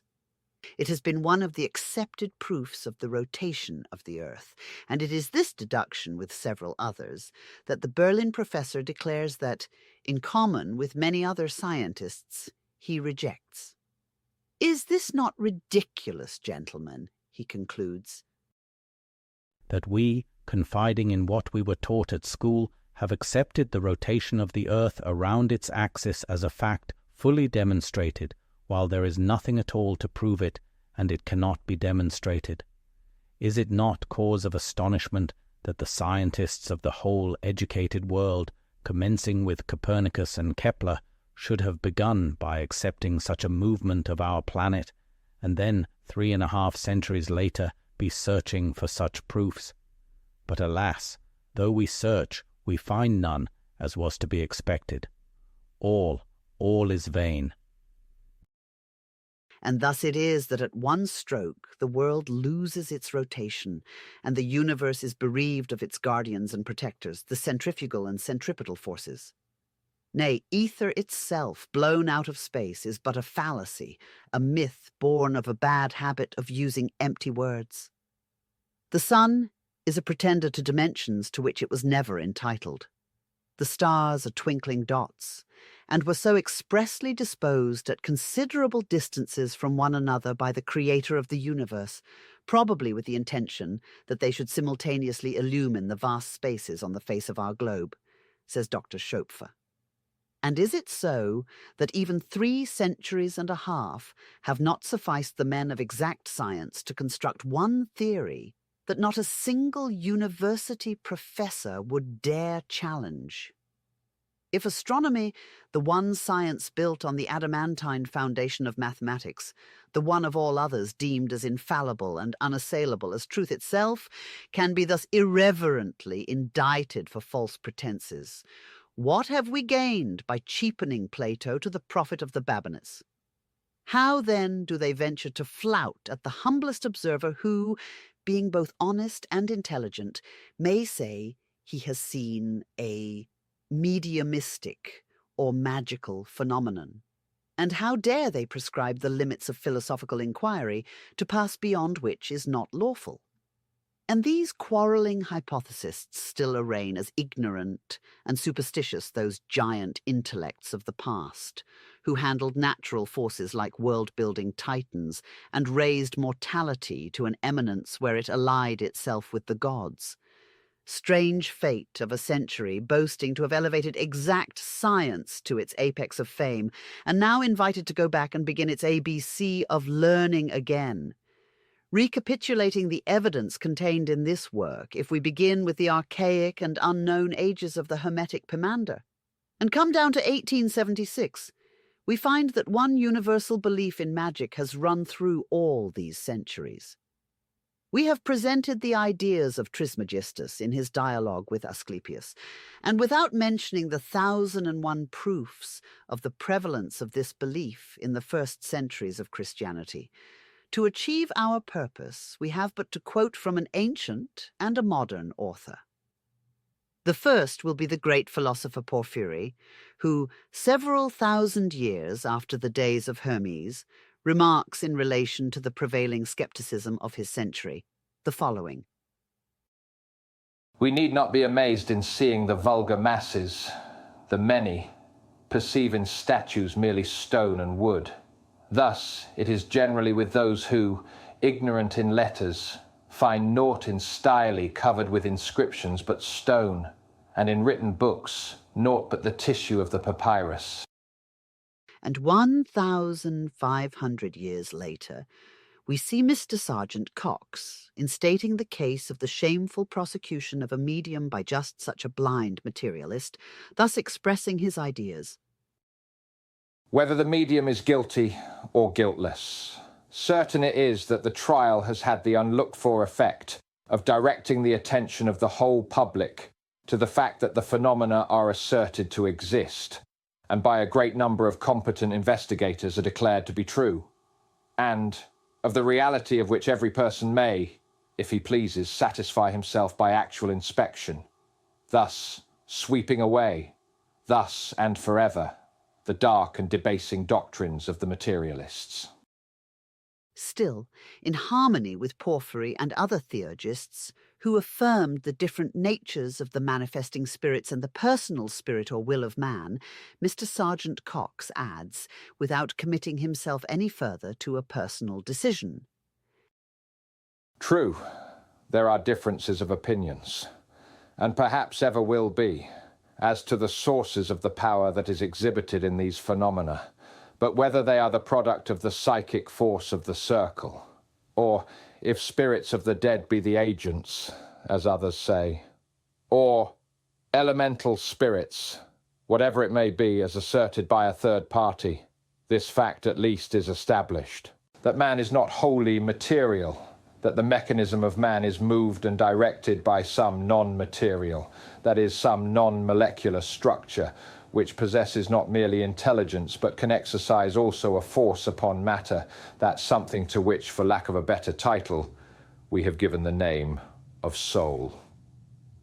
These glad tidings have by this trial been borne to thousands and tens of thousands, whose happiness here and hopes of a hereafter have been blighted by the materialists, who have preached so persistently that soul was but a superstition, man but an automaton, mind but a secretion, present existence purely animal, and the future a blank. Truth alone, says Poimandres, is eternal and immutable. Truth is the first of blessings, but truth is not and cannot be on earth. It is possible that God sometimes gifts a few men together with the faculty of comprehending divine things, with that of rightly understanding truth. But nothing is true on earth, for everything has matter on it, clothed with a corporeal form subject to change, to alteration, to corruption, and to new combinations. Man is not the truth, for only that which has drawn its essence from itself, and remains itself, and unchangeable, is true, how can that which changes so as not to finally be recognized be ever true? Truth, then, is that only which is immaterial and not enclosed within a corporeal envelope, that which is colourless and formless, exempt from change and alteration, that which is eternal. All of that which perishes is a lie. Earth is but dissolution and generation. Every generation proceeds from a dissolution. The things of earth are but appearances and imitations of truth. They are what the picture is to reality. The things of earth are not the truth. Death, for some persons, is an evil which strikes them with profound terror. This is ignorance. Death is the destruction of the body. The being in it dies not. The material body loses its form, which is disintegrated in course of time. The senses which animated it return to their source and resume their functions. But they gradually lose their passions and their desires, and the spirit ascends to heaven to become a harmony. In the first zone, it leaves behind itself the faculty of increasing and decreasing. In the second, the power of doing evil and the frauds of idleness. In the third, deceptions and concupiscence. In the fourth, insatiable ambition. In the fifth, arrogance, audacity, and temerity. In the sixth, all yearning after dishonest acquisitions. And in the seventh, untruthfulness. The spirit thus purified by the effect on him of the celestial harmonies returns once more to its primitive state, strong of a merit and power self-acquired, and which belongs to it properly. And only then he begins to dwell with those that sing eternally their praises of the Father. Hitherto he is placed among the powers, and as such has attained to the supreme blessing of knowledge. He is become a god. No, the things of earth are not the truth. After having devoted their whole lives to the study of the records of the old Egyptian wisdom, both Champollion Figeac and Champollion Jr. publicly declared, notwithstanding many biased judgments hazarded by certain hasty and unwise critics, that the books of Hermes truly contain a mass of Egyptian traditions, which are constantly corroborated by the most authentic records and monuments of Egypt of the hoariest antiquity. Closing up his voluminous summary of the psychological doctrines of the Egyptians, the sublime teachings of the sacred Hermetic books, and the attainments of the initiated priests in metaphysical and practical philosophy, Champollion Figeac inquires, as he well may, in view of the then attainable evidence, whether there ever was in the world another association or caste of men which could equal them in credit, power, learning, and capability, in the same degree of good or evil. No, never.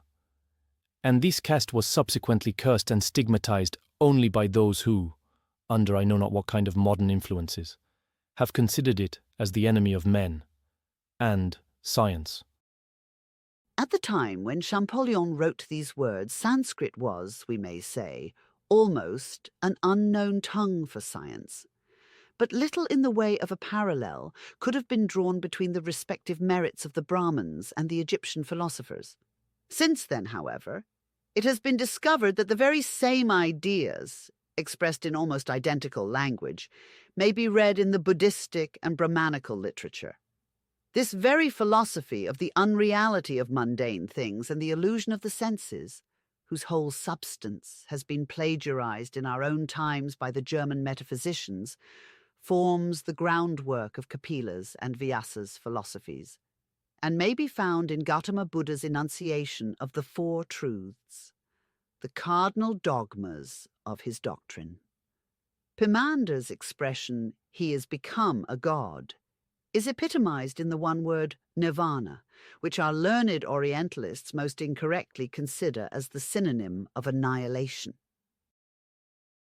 This opinion of the two eminent Egyptologists is of the greatest value to us if it were only as an answer to our opponents. The Champollions were the first in Europe to take the student of archaeology by the hand and, leading him on into the silent crypts of the past, prove that civilization did not begin with our generations. For though the origins of ancient Egypt are unknown, she is found to have been at the most distant periods within the reach of historical research, with her great laws, her established customs, her cities, her kings and gods. And behind, far behind, these same epochs we find ruins belonging to other still more distant and higher periods of civilization.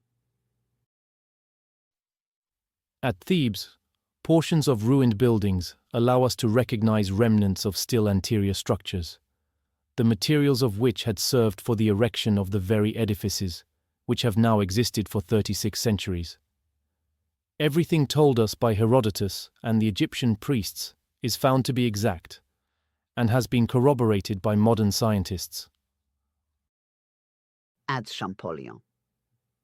Whence the civilization of the Egyptians came will be shown in Volume 2, and in this respect it will be made to appear that our deductions, though based upon the traditions of the secret doctrine, run parallel with those of a number of most respected authorities.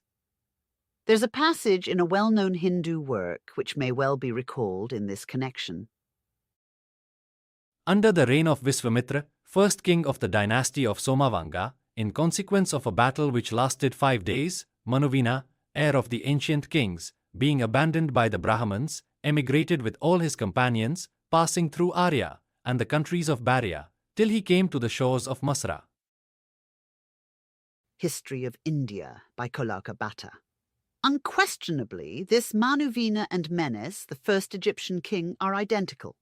Arya is Iran, Persia, Barya is Arabia, and Masra was the name of Cairo, which to this day is called Mazar, Muzar, and Mizro.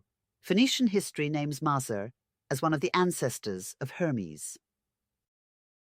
And now we will bid farewell to thaumatophobia and its advocates, and consider thaumatomania under its multifarious aspects.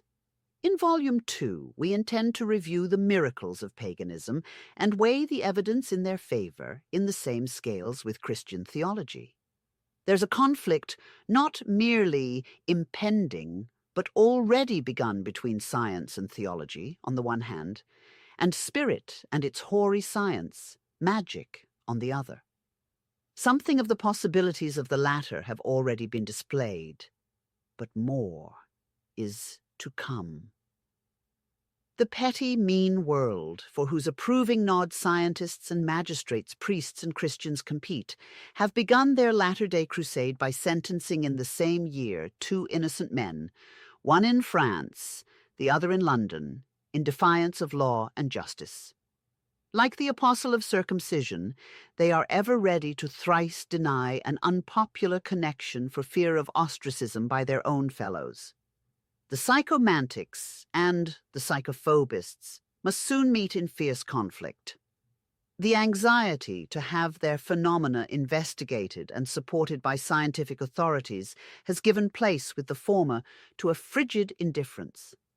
As a natural result of so much prejudice and unfairness as have been exhibited, their respect for scientists is waning fast, and the reciprocal epithets bandied between the two parties are becoming far from complimentary to either. Which of them is right and which wrong, time will soon show, and future generations understand. It is at least safe to prophesy that the ultima thule of God's mysteries and the key to them are to be sought elsewhere than in the whirl of Avogadro's molecules. People who either judge superficially or by reason of their natural impatience would gaze at the blazing sun before their eyes are well fitted to bear lamplight are apt to complain of the exasperating obscurity of language which characterizes the works of the ancient Hermetists and their successors. They declare their philosophical treatises on magic incomprehensible. Over the first class we can afford to waste no time. The second we would beg to moderate their anxiety, remembering those sayings of Espagnet. Truth lies hid in obscurity, and philosophers never write more deceitfully than when plainly, nor ever more truly than when obscurely. Furthermore, there is a third class, whom it would compliment too much to say that they judge the subject at all. They simply denounce ex cathedra. The ancients they treat as dreamy fools, and though but physicists and thaumatophobic positivists, they commonly claim a monopoly of spiritual wisdom. We will select Irenaeus Philalethes to answer this latter class. In the world our writings shall prove a curious-edged knife. To some they shall carve out dainties, but to others they shall only serve to cut their fingers. Yet we are not to be blamed, for we do seriously admonish all who shall attempt this work, that they undertaketh the highest piece of philosophy in nature. And though we write in English, yet our matter will be as hard as Greek to some, who will think, nevertheless, that they understand as well, when they misconstrue our meaning most perversely. For is it imaginable that they who are fools in nature should be wise in books, which are testimonies unto nature? The few elevated minds who interrogate nature instead of prescribing laws for her guidance, who do not limit her possibilities by the imperfections of their own powers, and who only disbelieve because they do not know. We would remind of that apothegm of Narada, the ancient Hindu philosopher.